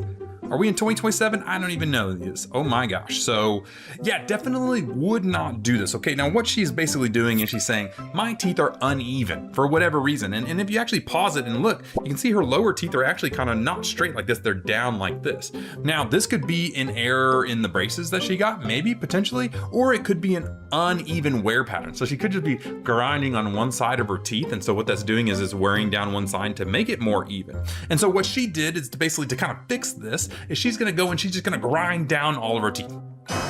There's a couple reasons why that's a bad idea. One is you only have so much enamel. So if you're just wearing away that enamel, you can get into the yellower dentin area, and then even potentially the pulp. You'll see a little red dot if you go too far. And if you do that, well, now you gotta get a root canal and a crown. So that's a bad idea. And two, if you remove too much enamel, your teeth become really, really sensitive, and you can cause issues that way. Now, the crazy part is we actually do this on purpose in the orthodontic office. It's called Hollywood, or enameloplasty, which would be the scientific term. But we know exactly how much we can take off. We're smoothing, we're doing things in a proper manner that aren't going to harm your teeth. Alex comes in hot saying this is actually incredibly dangerous and can cause reversible damage, so don't do this. I think she meant to say can cause irreversible damage, and she is very right. It's not reversible. It's definitely irreversible. You can't grow back enamel. And Kiara says it's fun until you hit a nerve. Yeah, that would be very bad. That's basically that red spot that you would see. If you see that, you've gone too far. And actually, you see it a lot when people like fall and break their front tooth in half, and you can pop through there. So just maybe, maybe it's better to just not. Oh my gosh, one of the comments close says, what does the Bentist think about this? Well, My thoughts are, just don't do this. Why? Are in 2026, 6 years later, I've been talking about this stuff and people are still doing this today. It's almost like they haven't seen any of my videos. And Danny says, as a dental assistant, I have no words. Well, I have some words for you. Don't do this. Hope that helps. All right, whoever said brush your teeth with baking powder, I hope you, okay, that's aggressive. Baking powder. I know that's just gonna taste disgusting. Disgusting. But she's, props to her, she's going for it. Ooh, I can just feel the bitterness in my mouth. You see, the problem is, I don't think she understood the situation here because it should have been baking soda, not baking powder. I'm pretty sure baking powder actually has acid in it, which is probably not good, but it's like a mess. The reason why baking soda works is because it's more basic. It neutralizes the pH in your mouth, and it's also a pretty decent, it's not abrasive at getting stuff off, but it cleans your teeth pretty nicely. Baking powder, on the other hand, has that acidic like cream of tartar or whatever. You don't want to be using that on your mouth. Yeah, and it probably tastes terrible as well. Now, even if this was baking soda, which people use all the time, in fact, there's baking soda toothpaste. I have no problem with baking soda. In fact, that's a misnomer that it actually damages your teeth. It actually has a pretty low relative dent and abrasion limit, so it actually probably won't damage your teeth. So I actually don't have a problem with baking soda in a toothpaste at all. I actually think it's kind of good sometimes. It makes things taste a little funky, but I think it's good. But the problem is it really doesn't add anything beyond that. There's no fluoride or nanohydroxyapatite to help repair or strengthen the teeth. And obviously, like in our Zero Pro, we have actual direct attacking of the bacteria that are causing it. So there's nothing like that per se in baking soda by itself, but it's not going to harm you. And a major part of cleaning your teeth and getting rid of disease and stuff like that is just cleaning and brushing the gunk off of your teeth. And so will it work? Yes, it will. Is it as good as some of these other things that you can get? Nah, not really, but I don't have a problem with it, especially if you substitute it every now and then. The really big goal is just brush and floss your teeth mechanically. Everything else is a bonus from there, for sure. That was the first comment. Baking soda, not baking powder. Exactly. And Frankie said, I did this and it tasted so bad. Well, luckily there are baking soda toothpaste you can find that tastes a little bit better if you really want to add baking soda in your stuff. You can also just take a normal toothpaste and maybe put a little bit of baking soda on top, like a little dab, and then that could do it too. Maybe different options. Either way, don't use baking powder, please. This is your sign to change your tongue ring jewelry. Oh, she's got a gold. Is that a gold onlay in there? Or is that just the camera? There's probably a lot of people that are wondering, say, Bentist, I don't even know what's going on here. I'm confused. Why is she saying tongue ring jewelry, all this? Well, let's pause it on the teeth here. We can see 3 different teeth. Now, what we're seeing is probably like a black light or ultraviolet light. We use these in dentistry sometimes to figure out where the composite fillings are. And so obviously that middle one is a gold or amalgam onlay, right? It's going across the teeth, that's fine. Now those other ones you're seeing on either side, you're gonna see a little bit of hue of purple. And that's actually the filling material that you've got there. Now on one side, you can see this big one here on the inside here. And on this other tooth, you're seeing this massive, big one there. And so what she's probably talking about is a very common thing we see, and it actually looks like this one on the inside is broken off, is when we get somebody with a metal tongue ring, especially the metal ball attachment, they bite down accidentally all the time. We bite our tongues all the time naturally. We bite lips, things like this on accident. And so when you're chewing, and then something gets over there, that little ball gets over there, you bite down on it, guess what happens? Your tooth cracks and breaks. And so yes, it says story time. As you can see, I already have a filling on this tooth, it's pretty deep. I did bite down on my metal tongue ring and had to get a crown because of how much tooth I've lost. I bit down on my tongue ring bar, and as you can see, I bit it and broke it clean right off. I love my tongue ring, but it is not worth it. And that's actually true. We see this all the time, and unfortunately, your teeth are not tools, and they're definitely not meant to be biting on metal balls all the time. And so yes, we see this all the time. We also see a little thing right here that we get on tongue rings from people that put it in the center and they bite on it. You'll see a little hole right here in the middle and just chips on the front teeth everywhere because of this as well. Exie said, as soon as mine healed, I changed it to a silicone bar. Everybody who has a tongue piercing should. That's what I was gonna say. I was like, if you really have to have a tongue piercing, get the silicone ball and the silicone rod. That way it at least protect your teeth somewhat from stuff like this, but you can still crack a tooth. And even Megan says, yep, I lost a tooth because I cracked it all the way down from a tongue ring. And Maddie Claire says, as a dental assistant, any mouth piercing is going to damage your teeth in some way, and I will actually agree with her on this one because I'd have never seen somebody with long-term mouth jewelry going on that has not damaged or chipped their teeth in some way over a long period of time. So, maybe just, I don't know, don't pierce your tongues and do all that stuff, and then you will save your teeth, because, I feel like your teeth is better than a little cool looking tongue ring, if at least you think it looks cool. I don't really like tongue rings, I'm not gonna lie. I don't know. You guys let me know down below if you think it's worth having a tongue ring for aesthetics, if it means you're gonna damage your teeth. For me, it's a no-go. Watch me get my veneer with Gorilla Glue. Oh my gosh. So aggressive. Jesus. She had a veneer pop off, okay. I'm scared that she says she's gonna reattach it with Gorilla Glue. We're gonna get to that. But it does look like this is actually a microdont a little bit, which is just basically she had a smaller lateral. And so they filled in those gaps with a veneer. So let's go ahead and see what's going on here. This is why we keep Gorilla Glue on hand at all times. Okay, so technically that's not the Gorilla Glue I thought of. That's just Gorilla Glue's super glue, which actually is cyanoacrylate, which is actually something that you could use to reattach a veneer if you had to in a pinch. Oh my gosh, her with the screaming. She's so extra.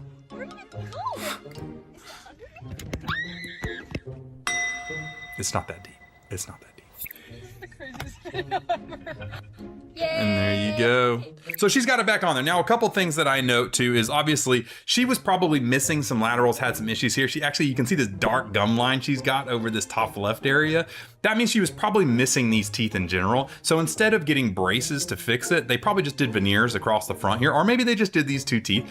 It could be that way too, but it is a way of dealing with it. Now, the problem is when they fall off a lot, which happens with veneers, you can't really just super glue it. I mean, it's a temporary fix you could do, but it's just gonna keep popping off. And the problem is because you actually need to etch the enamel. You actually need to do chemical processing on the enamel to get it to attach to a certain glue. And so it's just not gonna work. So she needs to go into a dentist's office, she needs to get it polished down, and she needs to get it re-glued back on there properly. And then she needs to probably do some bite registration and take a look and see why she's hitting so hard that's causing it to bite off. Unfortunately, these ones in the front, it happens a lot, and it just happens to be right where you're smiling all the time. And actually, Millie brings up a good point here. She says, when you get veneers, do they always angle out like that? And so that's no, I was gonna bring that up a little bit because, unfortunately, veneers as a crutch, like maybe she didn't get braces, she just decided to get veneers and said, screw it, right? But if you don't get braces to fix the bite issue, then you still have a bad bite with veneers, which is gonna cause you to bite into this angle, which is probably what she's doing with this flared out veneer look here. And it's just gonna cause them to keep popping off over time. So she may even need to get her bite corrected and the veneers redone to really make it work. Destiny says, also the gingival margin around number 7 is extremely dark and looks suspicious. It's not suspicious, that's just an implant. That happens with implants. You're seeing the metal come through the gum tissue there. And that's why I don't like doing implants here in the front. Actually, what we normally do is a canine substitution where we bring that canine over and we open up a space back here and then we put the implant back here so you can't see it and you're smiling in the front. Either way, super glue, not Gorilla Glue, could actually work for a temporary reason, but there's going to be bigger things that she needs to get fixed to make sure that this stays permanent and looks good forever. But it is what it is, I guess. I don't know, you guys let me know. Going through my memories, but just me serving face, I'm getting my, oh my gosh, that's, what? There is no way that's real. What are we, oh my gosh, either she has, okay, no, that's a weird, like I'm seeing like a little wire thing come out here. What is that? And her fingers warped, okay. So either one of two things has to happen. Either this is AI, which I don't think it is because this was posted, maybe it is, I don't know, or it's a face filter. And I'm pretty sure it's a face filter. Now that being said, it doesn't mean that you can get a pretty wonky looking face when you get your wisdom teeth taken out. And by no means is it normal. It just depends on the level of impaction of your teeth. If your teeth are already in and their wisdom teeth are just barely not making it, they're easy to take out. You're not gonna have a ton of swelling. If they're very sideways, impacted and crazy, and they have to really go in there and kind of break them up and do all this drilling and filling and stuff, then yes, you're gonna have a trauma response. Your cheeks are gonna be pooped out like this. They're gonna be all purple, but that's a pretty rare occasion. So she probably does not look anywhere near this bad. And actually in this day and age, getting your wisdom teeth is actually pretty easy and pretty simple to do. And you're back at school within a day or two. So it's not even that big of a deal anymore. Now for some people with super impacted ones and it looks gnarly, then yeah, maybe a little bit more, but still. Oh my gosh, Poo Monkey with the, is that like the homunculus? Is that what they call it? The homunculus or whatever? She's gotta have something going on. Claire says, please tell me this is a filter. I'm getting my wisdom teeth out tomorrow. Yes, it's more than likely a filter or AI. I don't know where those little wire things are coming from. That was kind of weird to me. But yeah, no, you're fine. You're gonna be just okay. You're literally gonna fall asleep, take some sleepy juice, count back from 3. You're gonna wake up and be like, what the heck just happened? I don't know, my wisdom teeth are out, and it's gonna be over like that. I knew I've seen this before. Okay, I don't know why, but this is weirdly giving me a flashback. Somebody tell me where this picture is from. I've seen this purple man somewhere. Please tell me. But basically, don't worry. It's okay. Wisdom teeth are normal. A lot of people get them out. It's not as big of a deal as it used to be, and you will be just fine. And you're not gonna look like this crazy faced lady here. Or you might, depending on how bad your wisdom teeth are impacted. Day 30 of chewing gum with my front teeth to see if it fixes my overbite. Final day. Well, you know, I'm not gonna lie, he's not really showing me his overbite. So, I can see his, let's pause it there on the end there where I can see him. A couple things. He's got a deep bite, okay? It's actually a class 2 division 2 bite. It's a special type of bite where basically you have this overbite, and so your teeth wanna touch each other. And so what happens is they start to go back and tip back like this. And so he's got a deep bite, but because his body's trying to touch his teeth, because he's actually got a class 2 or an overbite, which is causing that deep bite. Anyways, doesn't matter. The question is, can chewing gum with your front teeth magically drive up that bite and get it there? Now, the interesting thing is we use this type of biomechanics in braces. We call them bite blocks or anterior bite props. They're these little things that go on the back of your 2 front teeth. And if you have a deep bite, we actually put it on the back of your teeth. So when you bite down, you jam into them, and over a long period of time, they start to drag and drive those teeth away from you, fixing your deep bite. So the theory, it makes sense. Now the problem is that chewing gum is not gonna work. The force is not enough, and you would have to literally be chewing gum 24/7 all day long with that. And the other issue is he has that tipped back teeth. So if he fixed that, he still has this kind of this jaw issue going on. He really needs braces. He needs to deflare these, figure out he has an overbite, and then wear some rubber bands to fix that and get it back to normal. So is it gonna fix his jawline? No. Is it gonna get rid of his overbite? No. Was he close and on the right track? Actually, kind of. So that's interesting to say, but unfortunately, no, it is not gonna fix his issue. DNR says, dude, just start mewing with a perfect bite, and it took me only 2.5 months from an overbite. Now, there is some pros to mewing. I actually do agree that there are tons of good things that can happen with oral facial muscle control and getting your bite in the right process and all that type of stuff. The thing is it's not going to just magically fix a lot of his issues just mewing, you know, because he's got a lot more than that. He's got deflaring, he's got actual physical skeletal bite issues, stuff like that. So not gonna do the best, but it will help a little bit. Probably more than chewing gum with his front teeth. And Eaterin says, wait, how long do you chew? He says, I do 1 to 3 hours if that. Now, like I said, there is physiological stuff happening. And I mean, you might get a little bit of doing that, but it's not gonna be enough to completely fix, you know, an overbite or anything like that. And like I said, he's still got all these other issues that are going on, but dang, you know, it's just not gonna work as good as he thought. I would like to see a side by side though, to see how much he may have got a little bit. But regardless, I will tell you what will work: braces. It's almost like we've already come up with things to actually physically change and manipulate your body while you're growing. It's crazy, isn't it? But you know, it's probably not gonna hurt. I mean, actually, technically it could cause TMJ if he really overworked it and did it in a weird way. So yeah, if you're starting to have jaw pain or you're doing anything like this, probably stop.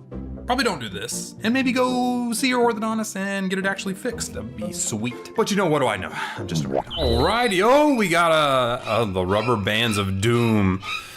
Yeah, no, those are pretty normal stuff that you see there. Obviously, you know Loki, and then he puts the band on. Okay, so what we've got here, these are our spacers, okay? And so the thing is like, if we want to wrap something around the tooth like that metal band, we need some rubber to put in between there. So we actually used to do this back in the day, especially for like expanders. Still, you probably see this.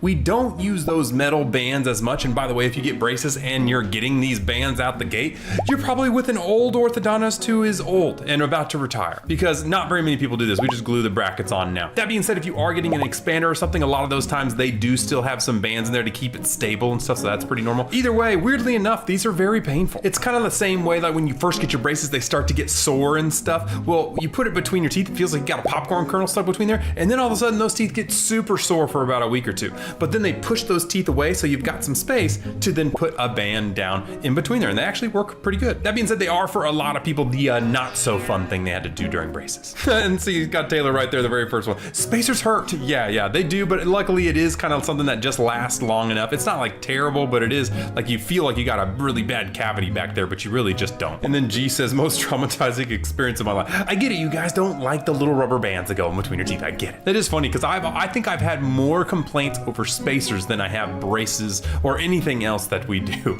weirdly enough. That being said, like I said, most people don't have the band, so you're probably not gonna get this in your braces journey unless you need an expander or some type of a device like that. And if you do, it's only temporary. It's not that big of a deal. I've had 4 root canals, 30 plus cavities, and 1 extracted tooth in the last 7 years. Try and beat my record. You know, I would get mad at her, but guess what? I also had a lot of cavities whenever I was a kid. I know friends and family that don't really brush their teeth, eat sugary foods all the time, and they go to the dentist and they have nothing wrong with them. But I am unfortunately not one of those people. I take good care of my teeth, and yet I go to the dentist, and there's always something wrong with that. And what if I told you it's not your fault? Because the problem with oral disease is it's not because of the sugar. It's not because of your brushing or not brushing most of the time. It's the bacteria in your mouth. We all have this thing called an oral microbiome, and it's comprised of good bacteria and bad bacteria. And the bacteria that causes cavities specifically is called S. mutans. Some people have it, some people don't have it. So you can eat whatever you want and not get cavities if you don't have it. And if you do have a lot of it, well, then you can clean as much as you want, and there's still a high chance you're gonna get cavities. And how did you get it, my ass? Well, you got it passed down from your parents. Your parents kissed you, drank after you, whatever. They gave you their bacteria, and then you just got exactly what your family gave you. And legit, I am not trying to make this into a product placement or anything like that,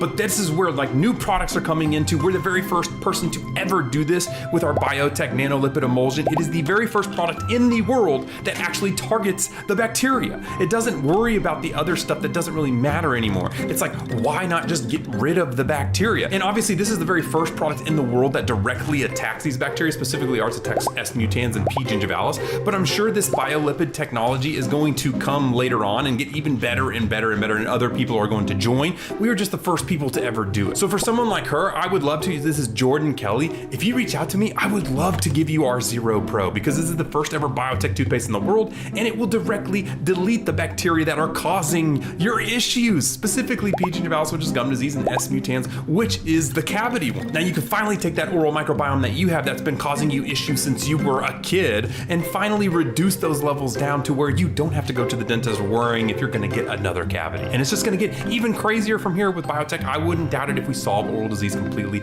in like 3 to 5 years. And that's gonna be a crazy time. I'm just glad that we get to be a part of it. And Jordan, reach out to me and I'll give you some Zero Pro. Your sign not to get, oh my gosh, that dude's got a wire sticking right out of his teeth. Boy, are you using craft scissors to try and cut that? Bro, you can't even cut a piece of paper with those things most of the time. What makes you think you're gonna cut a nickel titanium wire with that thing? By the way, these wires are really hard to cut. If it's a really thin, flexible wire like the early ones, sometimes you can get away with like a nail clipper. Really, you need a wire cutter for this, if possible. And then even then you're gonna break some brackets off. Yeah, I was say he's not gonna get that thing cut. He's looking at it like, what the heck? I thought scissors were supposed to cut things. Yeah, no, those wires are impenetrable. I'm telling you. This is what you guys come to me with when you come to the office. You're like, I don't know how it broke. You just like, I was breathing and it just snapped in half. No, this wire is impenetrable. It's like Superman, okay? You can't just, it's a man of steel. You can't hurt it. So I know if it broke in half, you must have really done something to get that out of there. Not to mention the 4 or 5 brackets you broke along with it, you know, from breathing air. See, Smoke says you're supposed to make an emergency call to your orthodontist to get that fixed. And yes, that would be what you would do rather than rip it out of your mouth and cut it with a wire. You know, in fact, you could just take that wire and tuck it up underneath those brackets most of the time, and it's gonna be out of your way and you won't even notice it until you can get back into your orthodontist. Little pro tip for you. See, that's what I'm talking about, Mona Lisa. You're educated. You're not supposed to take that off and tuck it into the back until you... Maybe I am doing some good for the world. Maybe I am teaching you guys something. And Asia says use a nail clipper. And while the nail clipper does work for your very first like 1 or 2 wires, after that the wires are way too thick and you're just gonna break your nail clipper and then be frustrated on top of that. But yeah, maybe just call your orthodontist. They'll figure it out for you. It takes 2 seconds to clip a wire for you, or just put it right back in place. But what do I know? All right, your teeth are so pretty. The crap I've been through, oh my God. Oh yeah, bro, you don't see those very often. Moving it forward, getting everything out. Oh man.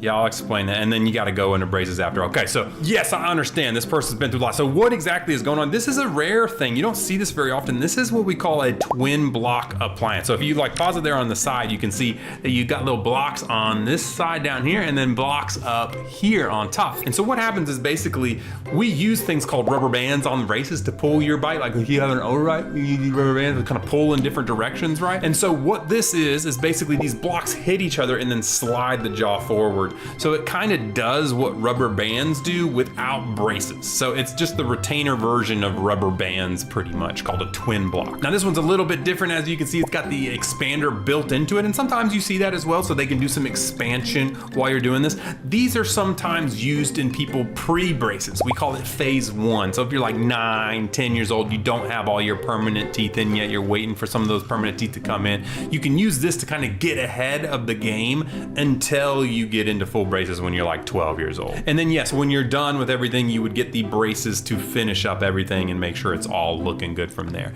But this is something, you don't see it very often, but it is something that is still used. Isabel says, are the retainer things before braces really obvious? And you know, twin blocks are pretty bulky, so yeah, you're not gonna be able to talk very well with all this stuff in your mouth. And you're gonna be doing it. It's more something you wear like at night and during, you know, after school hours. It would be great for you to wear it all the time, like face gear, but you know, we know that most of you guys don't wanna wear that. So that's why it's just so tough to do this stuff. A lot of times we just say, we're just gonna wait until phase 2. We'll just fix it all there. There's kind of no point in doing phase 1 a lot of the times unless they really need expansion, to be honest. Alice says, I'm getting the twin block with braces in 19 days and I'm counting down to hell. Well, don't worry too much. It's not that big of a deal. I would just say, make sure you wear it. It does a good job if you wear it all the time, but if you're taking it off and on and not really doing what you're supposed to, it's not really gonna do much for you. Either way, once again, most people don't get these crazy things. Most people just get the braces, wear the rubber bands, and do a great job. But if you do get it, it's not the end of the world. Just listen to your orthodontist, do what you're supposed to do, and you'll get out of it lickety-split with an amazing Hollywood smile.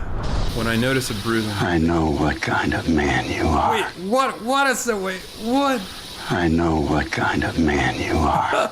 Okay. For you guys who are wondering why I'm smiling and laughing, I might be blushing right now. I don't know where to go with this. Yeah, no, this is a thing. This is a thing in dentistry. Yes, it is. And for those confused that are tagging me in this, saying, what does she mean by that?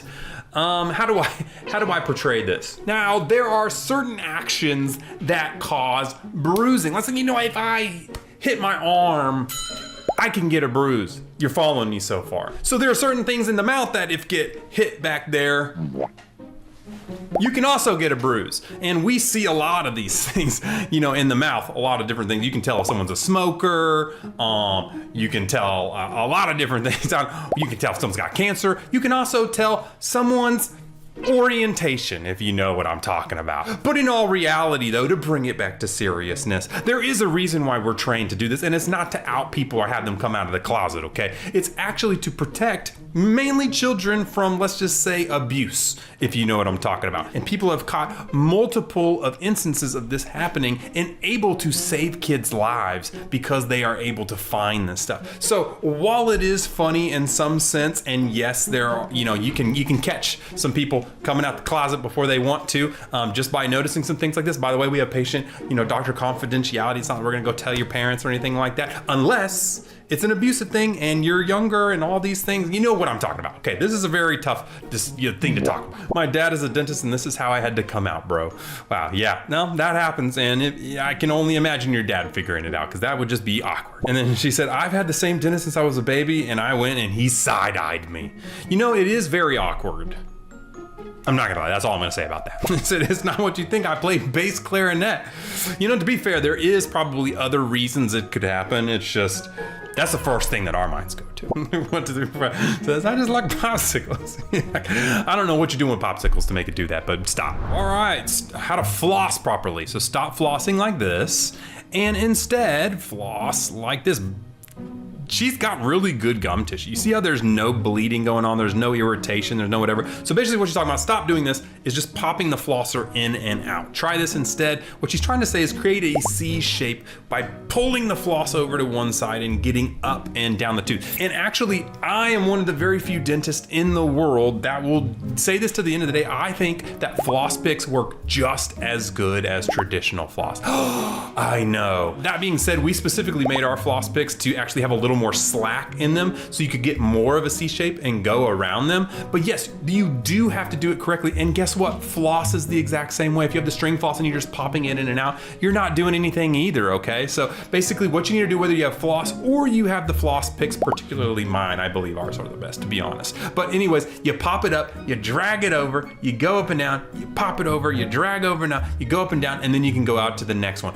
The goal is to wrap it around the tooth and really get the entire tooth surface from top to bottom. And yes, this is a really important thing, and I wish people would floss more. And floss picks like these are so much easier to use, way easier for people to get in the habit of using these, of throwing them in their purse, doing stuff like that after a meal, all that. And so I think it's just a great invention, and I think it's one of the best things that happened was switching over to floss threaders like this or floss picks like this versus traditional floss. And I know there's probably a lot of hygienists out there that are gonna hate me saying I like these better, but the stats point to more people are going to use this than traditional floss, and they work pretty much just as good. Ooh, Quip coming in saying, or buy a water flosser. And while I love water flossing, and to be fair, our AquaClean Duo absolutely smacks Quip's water flosser across the curb and back because it's way better, but you still need some traditional floss. Even with our water flosser, I still recommend people do traditional flossing at least once a week to get anything that water flossing has missed. And Lily says, it's hard to do that with gingivitis, and that's kind of the point. It's going to be painful, it's going to be annoying, it's going to be irritating, you're going to see some red stuff coming out, and guess what? Keep doing it, because every day will get better and better and better, and then you'll get that nice pink colored gum tissue that she's got there. It's nice, firm, good, it's not going to bleed anymore, and that's when you know that gingivitis is gone. So what are your options? Are either leave the gingivitis or get rid of it. So just get rid of it. All right, this is apparently how a cavity is done. All right, we're going to see here. All right. I mean, it's not normally made of chocolate, but it is, you know, kind of the consistency that he's showing there. Okay, we're getting it out. We're using special tools. Normally you'll use like a round burr to do this, not like that burr. And there is like some scoopers. That's the burr that you would normally use inside, that kind of round burr. And he's pulling the nerve out. I'm assuming that's like, normally this is actually like a bleach type cleaner that goes in. I know he's just kind of using what he's got there, not chocolate. And you definitely don't use petroleum jelly or whatever that is, and you don't stick a little, I mean, that's like a core in post thing. Anyways, the point is you do fill it back up with some material there. You don't necessarily put a crown on top like that and do that, but you can use some stuff to kind of help you mold and shape it there, and then he's curing it. And we do use the bite paper to see where it's high, and we do drill it down. This is such a weird video because I feel like this man has dental drills and other things, but then he's like using the weirdest stuff like chocolate and UV gel and like weird things like that. So is this like getting a cavity? Kinda, sorta, in a way. I would say that the real deal is probably easier than all of these steps that he showed here, because he kind of showed not only the filling but a root canal and a crown kind of in the way there. So I mean, there's a lot in there, but it was close enough, I guess, for you guys to get the idea. Jackson said that was a root canal. See, I knew educating you guys was a good idea, and you're right. This was kind of a cavity crown root canal situation that he was doing. It was a hybrid thing, more like a Frankenstein dental procedure than anything. And Caribbean Jim says, I'd rather give birth than go to the dentist. Well, you know, hopefully my job is to educate you so you take care of your teeth enough so you're happy to go to the dentist because you don't have anything wrong with you. They're just saying, what a great job you've done. Let's get you a cleaning and get you out of here. That's my goal to you guys. Oh my goodness gracious. That girl didn't lose one teeth, she lost a whole lot. Okay, so, wait, she's getting some wax? And just sticking some wax on there. Huh, you know, just a little wax can sell. It's like the duct tape of the tooth world, that wax. But for real though, obviously you guys tagged me a ton in this, said, Bentist, what the heck? Why is all of her teeth moving? Is braces really that dangerous? Gonna rip all my teeth out? And no, the answer is no. And you know, although you can, if you have really bad periodontal disease, gum disease, you get braces, you can cause problems like that where you will ruin your teeth over time. This is why it's really important to go see an orthodontist to do your braces. But in this case, more than likely, this girl, for whatever reason, is missing all these lower teeth. Developmentally, whatever, she's missing these teeth. And so what we do is we put these things called Pontics, little plastic teeth, in the area of the room while you're doing braces so you don't have a giant gap there. And while it does work for one tooth, well, when you've got like 5 teeth like that, they're just kind of hanging on to nothing, and there's not really anything you can do about that. I mean, that's not something that really works that well when you got that many fake teeth. So especially in these earlier wires, like this thin flexible one that this girl's in, well, it just comes out and causes a bunch of problems. So my guess is she was using the wax to maybe implant it down or something. I don't know if there's really a better way to do this. You could like bond sometimes like an entire metal band behind the back to kind of glue it onto the teeth a little bit and hold it a little bit better. But yeah, there's not really much you can do. I mean, you can get implants and stuff after the fact, but during the middle of braces, it's really tough. So sometimes you just have to leave the gap there. And then Jan says, me with braces on seeing this. Don't worry, they're fake teeth, not real teeth. And as long as you brush and floss, you're gonna be just fine. Guiglia. Yeah, I'm scared too when I saw this at first, but luckily I'm an orthodontist and I knew exactly what was going on. We can just hope that these aren't real teeth, because if they are, she's got bigger problems than braces. All right, what do we got? Ooh, a rubber dam tutorial. Okay, yeah, this is great. So yeah, first you got to put that rubber dam clamp. You saw him poking some holes there. And so yeah, there we go. He's poking the holes now. We used to have a stamp that did this, but he was doing it by marking. And he's looking at him, he's adding a little lubricant there because you got to slide it on over the teeth. Now this is because like when you have an infection, like a cavity, things like that, when we're getting all that infection out, everything like that, we don't want stuff to infect that area, right? We don't want saliva, bacteria, other things getting into this nicely cleaned area that we're putting a filling in, because we don't want it to get it reinfected. Okay, looks like he's doing something with some floss here, building a little lasso loop ligature thing. I wonder what that's, oh. I'm confused at what he's doing there. I don't know. Oh, he's using it to kind of pull the rubber dam down onto the tooth to kind of tighten it down in there. That's interesting. I don't think I've ever seen anybody do that before. That's kind of nice. And so what it's doing is it's basically just holding everything down there so that he can get in there and clean that molar off, do it. And then the final thing you want to do is this isolation check, basically so the water is not leaking. So that means that there's no saliva coming in and out of the area. But yeah, rubber dams are super cool. They're super efficient at keeping the area clean. Because like I said, the last thing we want to do is once we get all that bacteria out there is for your saliva or something to get in there to not only reinfect the area potentially, but also sometimes, water, things like that can affect the bond, and it can make that bond fail of that new, filling material or crown or whatever what we're doing in the area. Kimberly says that clamp looks painful as hell. And actually, yeah, that clamp can be really painful, especially if you have like gum poofiness up on there, because it's really sharp. So when it clamps on there, if you don't get it perfectly on the tooth and you get it in that gum tissue, yeah, you can cause some bleeding and it can really hurt. And then Doc Talk said, can the patient breathe? And yes, actually they can. Normally we try and cut it around the nose so that they can breathe out through the nose. It is really hard to breathe through the mouth. You can technically do it because it can kind of flap out the sides. But most of the time we try until you basically kind of like do that. And your tongue and everything is still normal behind that rubber dam. It's really just that one area that we're kind of, blocking off to keep everything dry and isolated. And then lastly, Jude says, what is this procedure for? Well, it's normally for anything really. I mean, a filling, a crown, a root canal, things like that. Now, obviously most dentists don't use rubber dams for everything, especially small fillings, things like that. But for bigger procedures like root canals and crowns and stuff like that, it's definitely a lot more normal to see a rubber dam used. But some dentists don't use it at all because they have better isolation methods with other different ways of rubber dams, but rubber dam is the gold standard. All right, why did no one tell me that? Cavities are infectious, they literally spread. So it looks like she's using a little proxy brush in there to clean between the teeth. Now, I'm gonna actually pause it right here. You can see, obviously, she's got all these past cavities that have kind of came from one tooth all the way down to the other teeth in that area, right? And now there's something really important to know. Now, obviously those aren't current cavities, those are fillings, those are amalgam fillings, which are metal. But the fact remains is that in that entire area, she got the infection of a cavity and they had to get rid of it by doing drillings and fillings and all that. What I'm trying to really harp on here is that cavities, yes, are infectious. And the reason is that they spread via bacterial infection. So it is a bacteria that is causing the problem. It is not sugar, it is not acid, it is not all these things. All of those things can contribute to the final act of getting a cavity, but cavity is basically solely meant by this one bacteria called strep mutans, S mutans. And when you're born, you can't get cavities. That's kind of crazy to think. It's only when your mother gives you this bacteria, and sometimes you don't even get it. Sometimes you get lucky, your mom doesn't have a lot of strep mutans in her mouth, and you're the type that never has to brush your teeth and you never get cavities. But the fact remains is that yes, it works this way, not the other way. So you basically brush and floss to get that bacteria removed every single day as it regrows over and over again for the rest of your life. Now that's actually why we developed our Zero Pro with the BioFuse technology. It's the first ever biotech toothpaste that uses these things called nanolipid emulsions to directly target and attack that bacteria and get rid of just solely Strep mutans as well as P. genitalicis. We target 2 different bacteria. And that's really important because before that, there was really nothing that targeted the bacteria. There was xylitol, and xylitol actually works pretty good. We actually have xylitol in here, but that's an indirect way of targeting that bacteria. It's not direct. So basically what that does is it tries to compete for sugar to starve out the bacteria because the bacteria eat sugar. The problem is if you're doing xylitol, that's great, but if you're still eating candies and sweets, you're still powering that bacteria either way. So it's gonna help, but it's not gonna be direct. Ours is actually directly attacking. I actually got rid of 99.9% of Strep mutans in my mouth in 8 days. And in our double-blind human study we did, it was they reduced it 50% in 14 days, and it just keeps reducing it as you use it. Now you're gonna see more products that come out all over, not just oral care, that use these nanolipid emulsions and these new techniques of getting rid of bacteria without having an antibacterial medication that you're taking.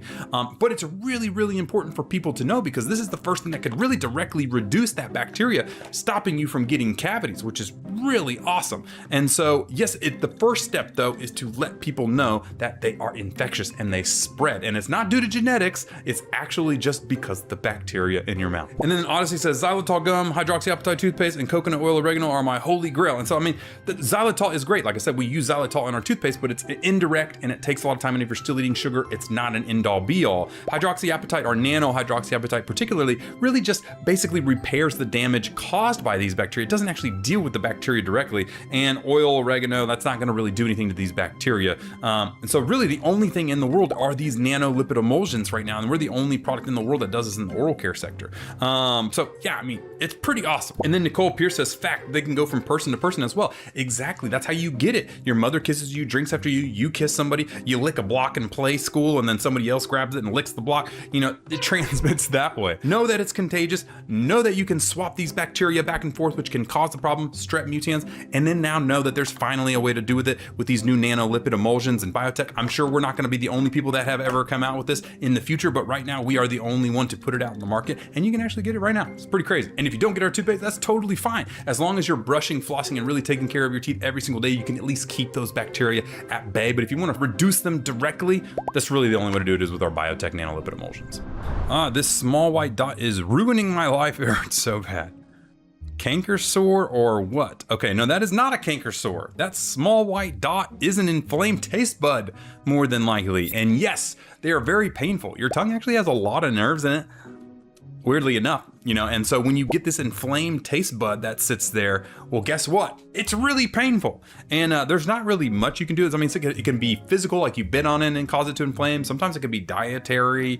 There's really nothing I know of. You know, if it stays inflamed, sometimes you can get it removed, but it's like, it is kind of a weird thing.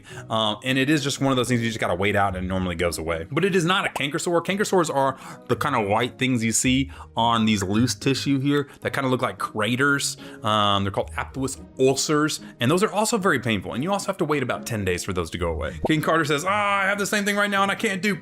Well, yes, that's true. You really can't do anything other than just deal with it.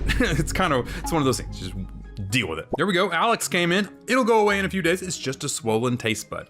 And yes, it is. Ooh, we got some advice here. It's just a swollen taste bud. It happens when your immune system didn't like the food you ate. And it also happens when you're low on vitamins. I hope this helped. And actually, I do believe I've seen studies where it does have to do with some foods that you've eaten. I don't know about the immune system part. And I actually do think there is something with low on vitamins too. A few moments later. So actually it does say a lack of iron, zinc, or B complex vitamins like B12 and folate. It can also happen due to dry mouth and to stress and acid reflux GERD. So, okay, so whenever I start seeing like a ton of different reasons like that, well, more than likely, it just means we don't really know. We don't really know why it happens. Everything causes it. So you just gotta wait it out and then hopefully it will go away and stop causing you problems. All right, how I attach my headgear without my expander in. Okay, so he was doing a double whammy there. Yeah, so This is cool. Let's watch him do it. So obviously we have some little hooks there on the front of the braces to pull this. Now this is what we call a reverse pull face mask, okay? And so that basically means we're pulling from the front this direction, okay? And so the cool part about that is that basically what this does is it increases his upper jaw forward. So, you know, normally when we're doing this, if you don't have jaw issues, we can just use regular rubber bands. So if you have an underbite and we're just going from here to here, we go down from here to here, and it pulls everything the other direction. Now, if we're trying to physically grow the upper jaw without affecting much else, well, then we need anchorage points and we need to pull from that guy right there. Now, this is a way that you can kind of basically do a surgery without doing a surgery. Now, normally what I would say is you would want to do this on a kid, you know, 9, 10, 11 even. Now, he looks like he's almost 18, 16, 17, 18, which means that he's going to get less growth than he would have if he would have been going through puberty. So a little unfortunate that he didn't get to it too early, but for the most part works pretty good. The really issue that I see with this and what I've always seen is just patient compliance. So you're going to give this to a patient, and if they're not fully bought in, like obviously this guy's probably into the looks maxing trends and everything, so he really is important. He wants to do this, but most people don't care, don't want to wear their headgear, and so that's why we've switched more to just wearing regular rubber bands on the braces versus doing headgear now. And then if you really have a discrepancy in your jaw, you get a jaw surgery or something like that. But this can definitely work if you use it and you're really, really serious about doing it all the time. Carla Spam says, OMG, I had one of these in the 2nd grade. Now see, 2nd grade, that would have been a way better time to be doing this because you actually would have physically been moving the jaws. Really good. Allison said, that's weirdly attractive. I'm not gonna lie, back in my day, headgear was not attractive. But you know what? The pendulum swings and it always goes back and forth. So I guess maybe they're cool now. Looks fire, not gonna lie. Okay, maybe it is. Maybe headgear are cool. Maybe I should start reintroducing headgear into the practice just because, you know, people love it nowadays. And you know, I'm all in for helping some skeletal growth move along there. But I don't know, you let me know, is headgear cool now or is it not cool? Let me know. You think you can hurt me? I had all my teeth pulled at 24 years. Oh my gosh, what do we got here? Yeah, she got them pulled all right. Oh man, she got all on, like that's all on like 6, she got like 6 or 7 implants up top. Girl got a Rolls Royce in her mouth. She says, but so worth it. I love my spikes. Okay, I mean, a lot of thoughts here, Now, obviously, one thing we're not gonna do is I'm not gonna come in and I'm not gonna theorize about why she doesn't have her teeth. Really, there's only 3 different reasons normally that happen that I see people lose their teeth. Normally, it's due to some genetic condition. You know, you get like, you know, your enamel doesn't form right, or you have dentogenesis imperfecta or something like that. And then eventually it's just easier to just pull them, get rid of them, you know. Another thing is you could be missing teeth. Another genetic thing, you could have hypodontia, severe hypodontia, I don't know. Another thing obviously is just dental neglect, AKA you didn't take care of your teeth, you didn't brush them. A lot of times this is due to your family actually, because if no one teaches you to brush your teeth, your parents don't care if you ever brush your teeth, they give you sodas at night, they don't care, they don't teach you, they don't educate you, they don't take you to the dentist, you're not gonna have a good time with your teeth health. And then they ended up getting rotted over time, and then you gotta pull them and take them out, and it's too late. And then the third one is obviously different drug use, things like that. Like I said, not saying that she does that. It could be a mix of all 3, could be none of them, could be one of them, I don't know. She could have done it just for fun. But regardless, this happens sometimes, you know, and it's unfortunate to see in a 24-year-old because they're so young. And it's like, man, I wish, actually, that's one of the reasons why I do all the education I do, is so hopefully if your parents don't educate you on taking care of your teeth, maybe you can at least learn something from me. And then you're like, hey, I know you didn't teach me to brush my teeth, but the dentist says to brush your teeth and floss and take care of it, and how cavities are formed and strep mutans and bacteria and all these cool things. And maybe I can at least save one tooth out there. And I feel like after 7 years, 8 years, and billions of you educating you guys, hopefully I have saved some teeth out there. I really hope so. But needless to say, if you are gonna lose all your teeth, she did it the exact perfect way I would do it. Now it's very expensive to do, but it is the way to do it. And she got implants all over her upper teeth there, and then that's gonna snap in a really nice denture. It's gonna look really good, and it's gonna be solid, and it's gonna protect her bone loss, because if you don't know, if you get all these teeth removed and you just get into regular dentures, well, your bone like dissolves away over time, and then the dentures don't fit anymore, and you gotta get them remade every year, and the bone just keeps going away and away and away, and then you end up like that old lady that the nose touches the chin, and it's just like, it's bad, you know. So she did the right way to do it. It's just, I wish we could have saved them before they got all removed, but it is what it is. And then Ezra says, so we just not brushing our teeth now? Well, like I said, we don't want to jump to conclusions, but I think we can all agree that we should brush our teeth and floss, because that is one of the reasons why this could happen. So if we brush, we floss, we take care of ourselves, maybe even use some new biotech stuff like our Zero Pro with the nanolipid emulsions, well, we can go ahead and prevent this from happening to us or our kids or our friends. Oh my gosh, the look toothless. Dragon, that's me. That's me. Can't do that, but funny, but me. And then actually she showed a picture of herself there with them in. Someone was being mean and said went from 24 to 94, and she said, I got them back, don't worry. And so you can see just how good they look when they're in. I mean, when you do it the implant way, it actually works really, really good. And they are right though. Like when you lose teeth and you go from no teeth to having teeth, you really do age a lot with that look. So it's pretty crazy to see somebody without teeth and then they go back into their teeth. They look completely different. Either way, I think we all learn, brush your teeth, take care of them, and hopefully you won't be 24 and get all your teeth removed. Hopefully this is a cautionary tale, regardless of why she lost them. All right, what do we got here? Doing some oh, I know exactly where this is going. Oh! Oh my gosh, that tooth is just cracked right diddly in half. That's why I tell you guys, I try and tell you, teeth are not tools. I see everybody biting on everything from pencils to, top end to ripping bags open. Your teeth are meant to chew food, okay? They're not meant for tools to break open things or pop bottle caps or beer bottles or whatever it is. Now this one, normally when we see stuff like this, it's because like you're eating like steak or burger and it's got that gristle in it, that bone, and you just go, and you bite down really hard, accidentally not knowing what it is, because you have protective reasons where your body doesn't want you to bite down hard. And so if you don't know what's in there, you bite down, goes in there, splits it open, you're gonna have that crack. Now, unfortunately, the treatment for this is just basically getting rid of that tooth completely. There's no saving this tooth once it's cracked down the middle. You can't do anything about it. You literally just gotta pull that tooth and get an implant. And I tell you, that was probably so painful. Ooh, and a lot of times you don't even know. Actually, it says this patient arrived reporting pain in the dental element that apparently had nothing. I don't know what that means, but yeah, a lot of people don't even know that they broke the tooth. They're just like, this hurts, I'm getting some weird pain here, and then we look at it and sure enough, that tooth is just cracked in half and the nerve is just hanging out, which is absolutely insane. Oh my gosh, the flip-flops like curled in. It's like, yeah, that's probably what I feel every time that thing opens. Oh my gosh, nobody told me I needed a crown after the root canal. Okay, I see what you're saying. So yeah, a lot of times we do see teeth crack like this too. It's like they'll get a root canal or something down the middle and then they don't get a final crown over it. And that basically is like when we whittle out the middle of the tooth, there's nothing there left. And so like there's no support anymore. So the tooth can just crack down the middle sometimes.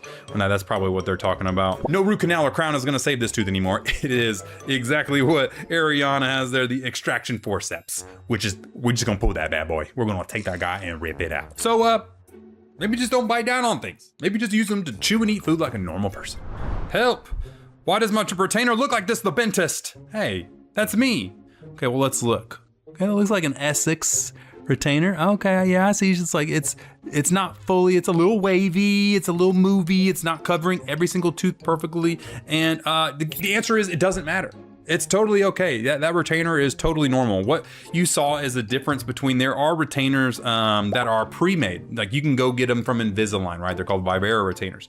And those have scalloped margins, or they're actually like digitally printed to match your teeth perfectly and exactly. Okay, what you have is an Essex retainer that was basically taken. They took your model, they put the plastic, they sucked it down on top of that model, and then they just cut it out with some scissors, and then they just polished the edges around. It doesn't mean that it doesn't work or anything like that. It's just, it was handmade with some love and some care. And as long as it's covering a majority of the tooth, like 80-90% of the tooth, you're probably just fine. In fact, we really don't want it going over onto the gum tissue because basically what that can do is cause some gum resorption. It can cause some gum loss, especially if you're picking in the same area over and over again. So I don't really see any issues with the retainer that you got there. It looks like just a normal Essex retainer that was handmade by somebody in your dental office, which is totally normal, and a majority of dental offices actually do their retainer this way. Someone said they gave you whitening trays as retainers. No, they did not. Whitening trays are totally different. They're floppy and floopy, and they're made of a different material. These are just Essex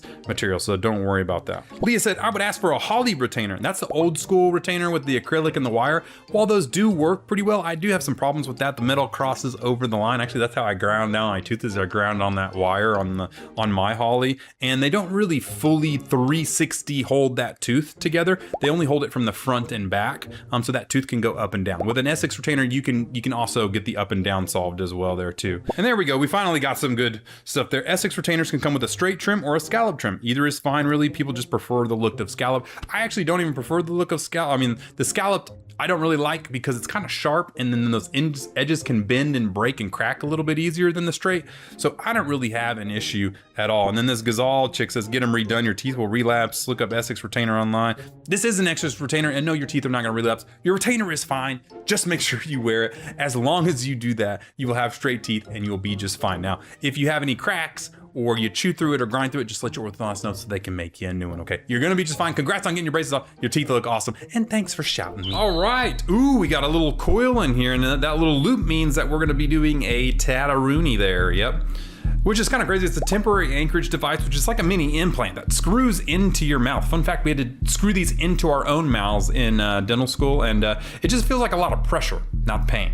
So you can see there's putting a rubber band around there, pretty gnarly, and that's about it, pretty normal. Now what you're seeing there, basically this whole segment of getting everything in there and everything, and basically you see he's forming that little dot up top to make a triangle there. And what these are used for is people with open bites. When you have a big open bite, and it's to pull those back molars up and out of the way to make your bite deeper over time. So if you have a really open bite, you pull these guys out of the way, and then you can bite deeper on that side, and that will allow you to, deepen that open bite. And a ton of people tag me in this saying, Bentist, I am not getting braces if this has happened to me. And most of you guys are not gonna use TADs at all, but if you do, it's not that big of a deal. Exactly. Hi, Sammy says, I'm getting braces. They don't do this. And we have comments that say, excuse me, and that looks painful. And actually, it's really not that painful. It should be numb. In fact, if it's painful, they put it in the wrong spot. If it's painful, that means they went too close to the root and you're starting to get some nerve pain there. It really should be between the roots and should have no pain at all, just pressure. In fact, we don't even numb up normally. We can use a little sensitizing gel, but we don't use a shot or numb up at all because we want you to be able to feel the pain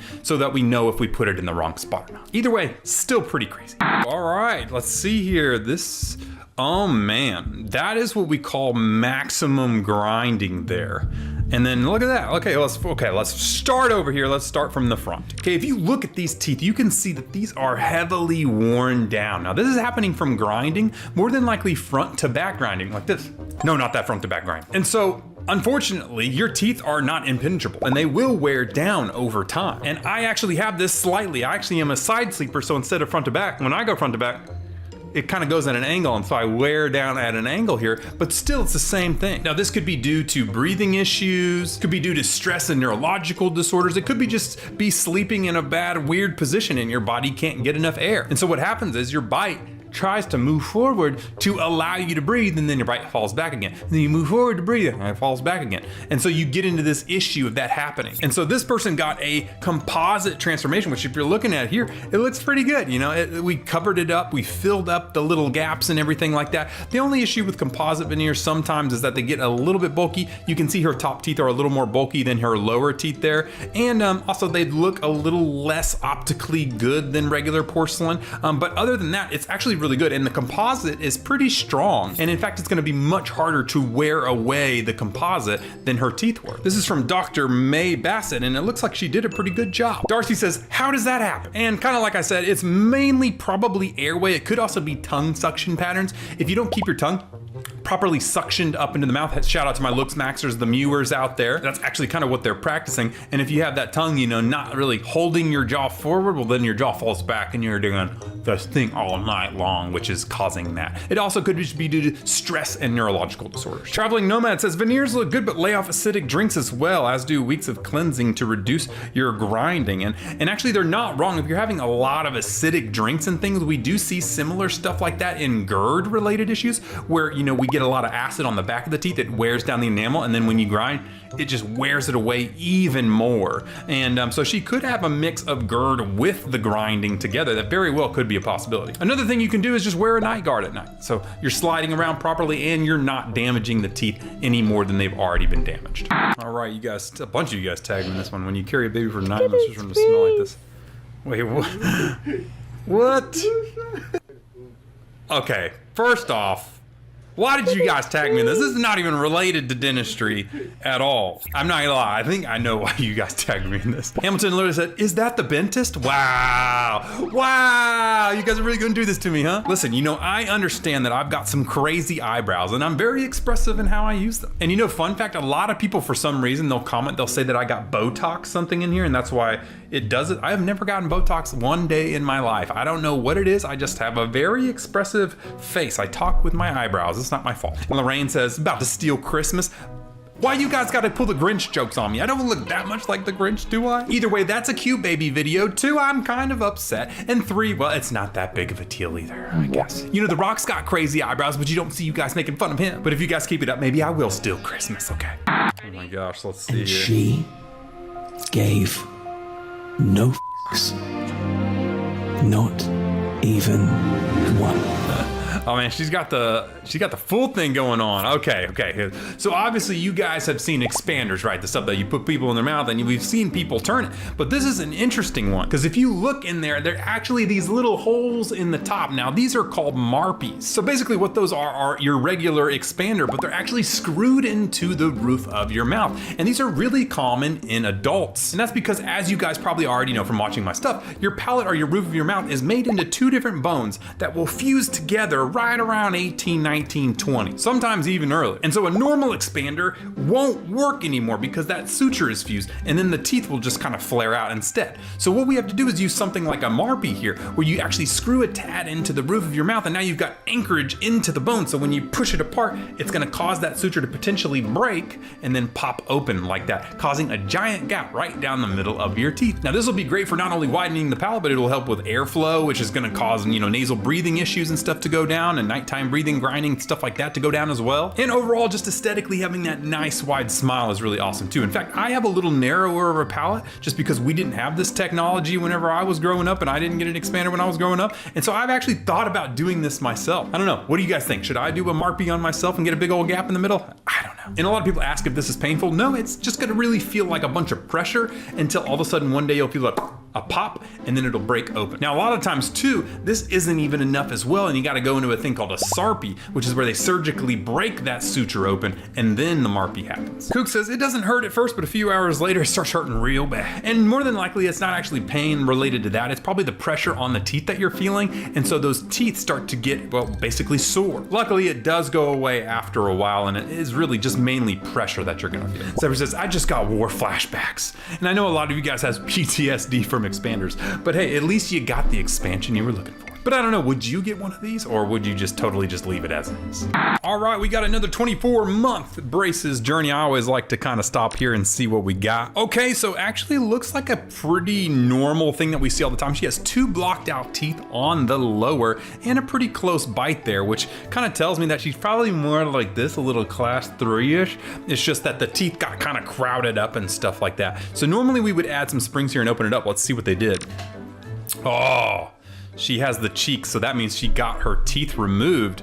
Unfortunately, not a big fan of having the teeth removed like that. But basically what they did was remove the upper and lower premolars to bring everything back there. Now what you'll notice is there's big gaps on the top and bottom, which all of that stuff is gonna fall into.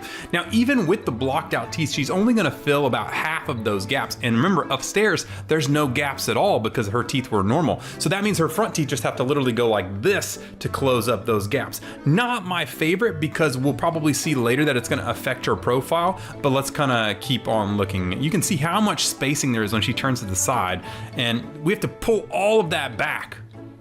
Okay, so that's a great one right there to look. So you can see that her lower is already straight, and you can still see giant gaps on the top and bottom. Now, we're not gonna bring everything forward to match that. They're gonna bring everything back to match that. That means her profile and her lips and everything is gonna go back. So you can see when she's at her side, she's got some flaring, all that type of stuff, but that's actually supporting her lips and stuff like that too. There's definitely ways you could have just deflared that using some IPR at the start.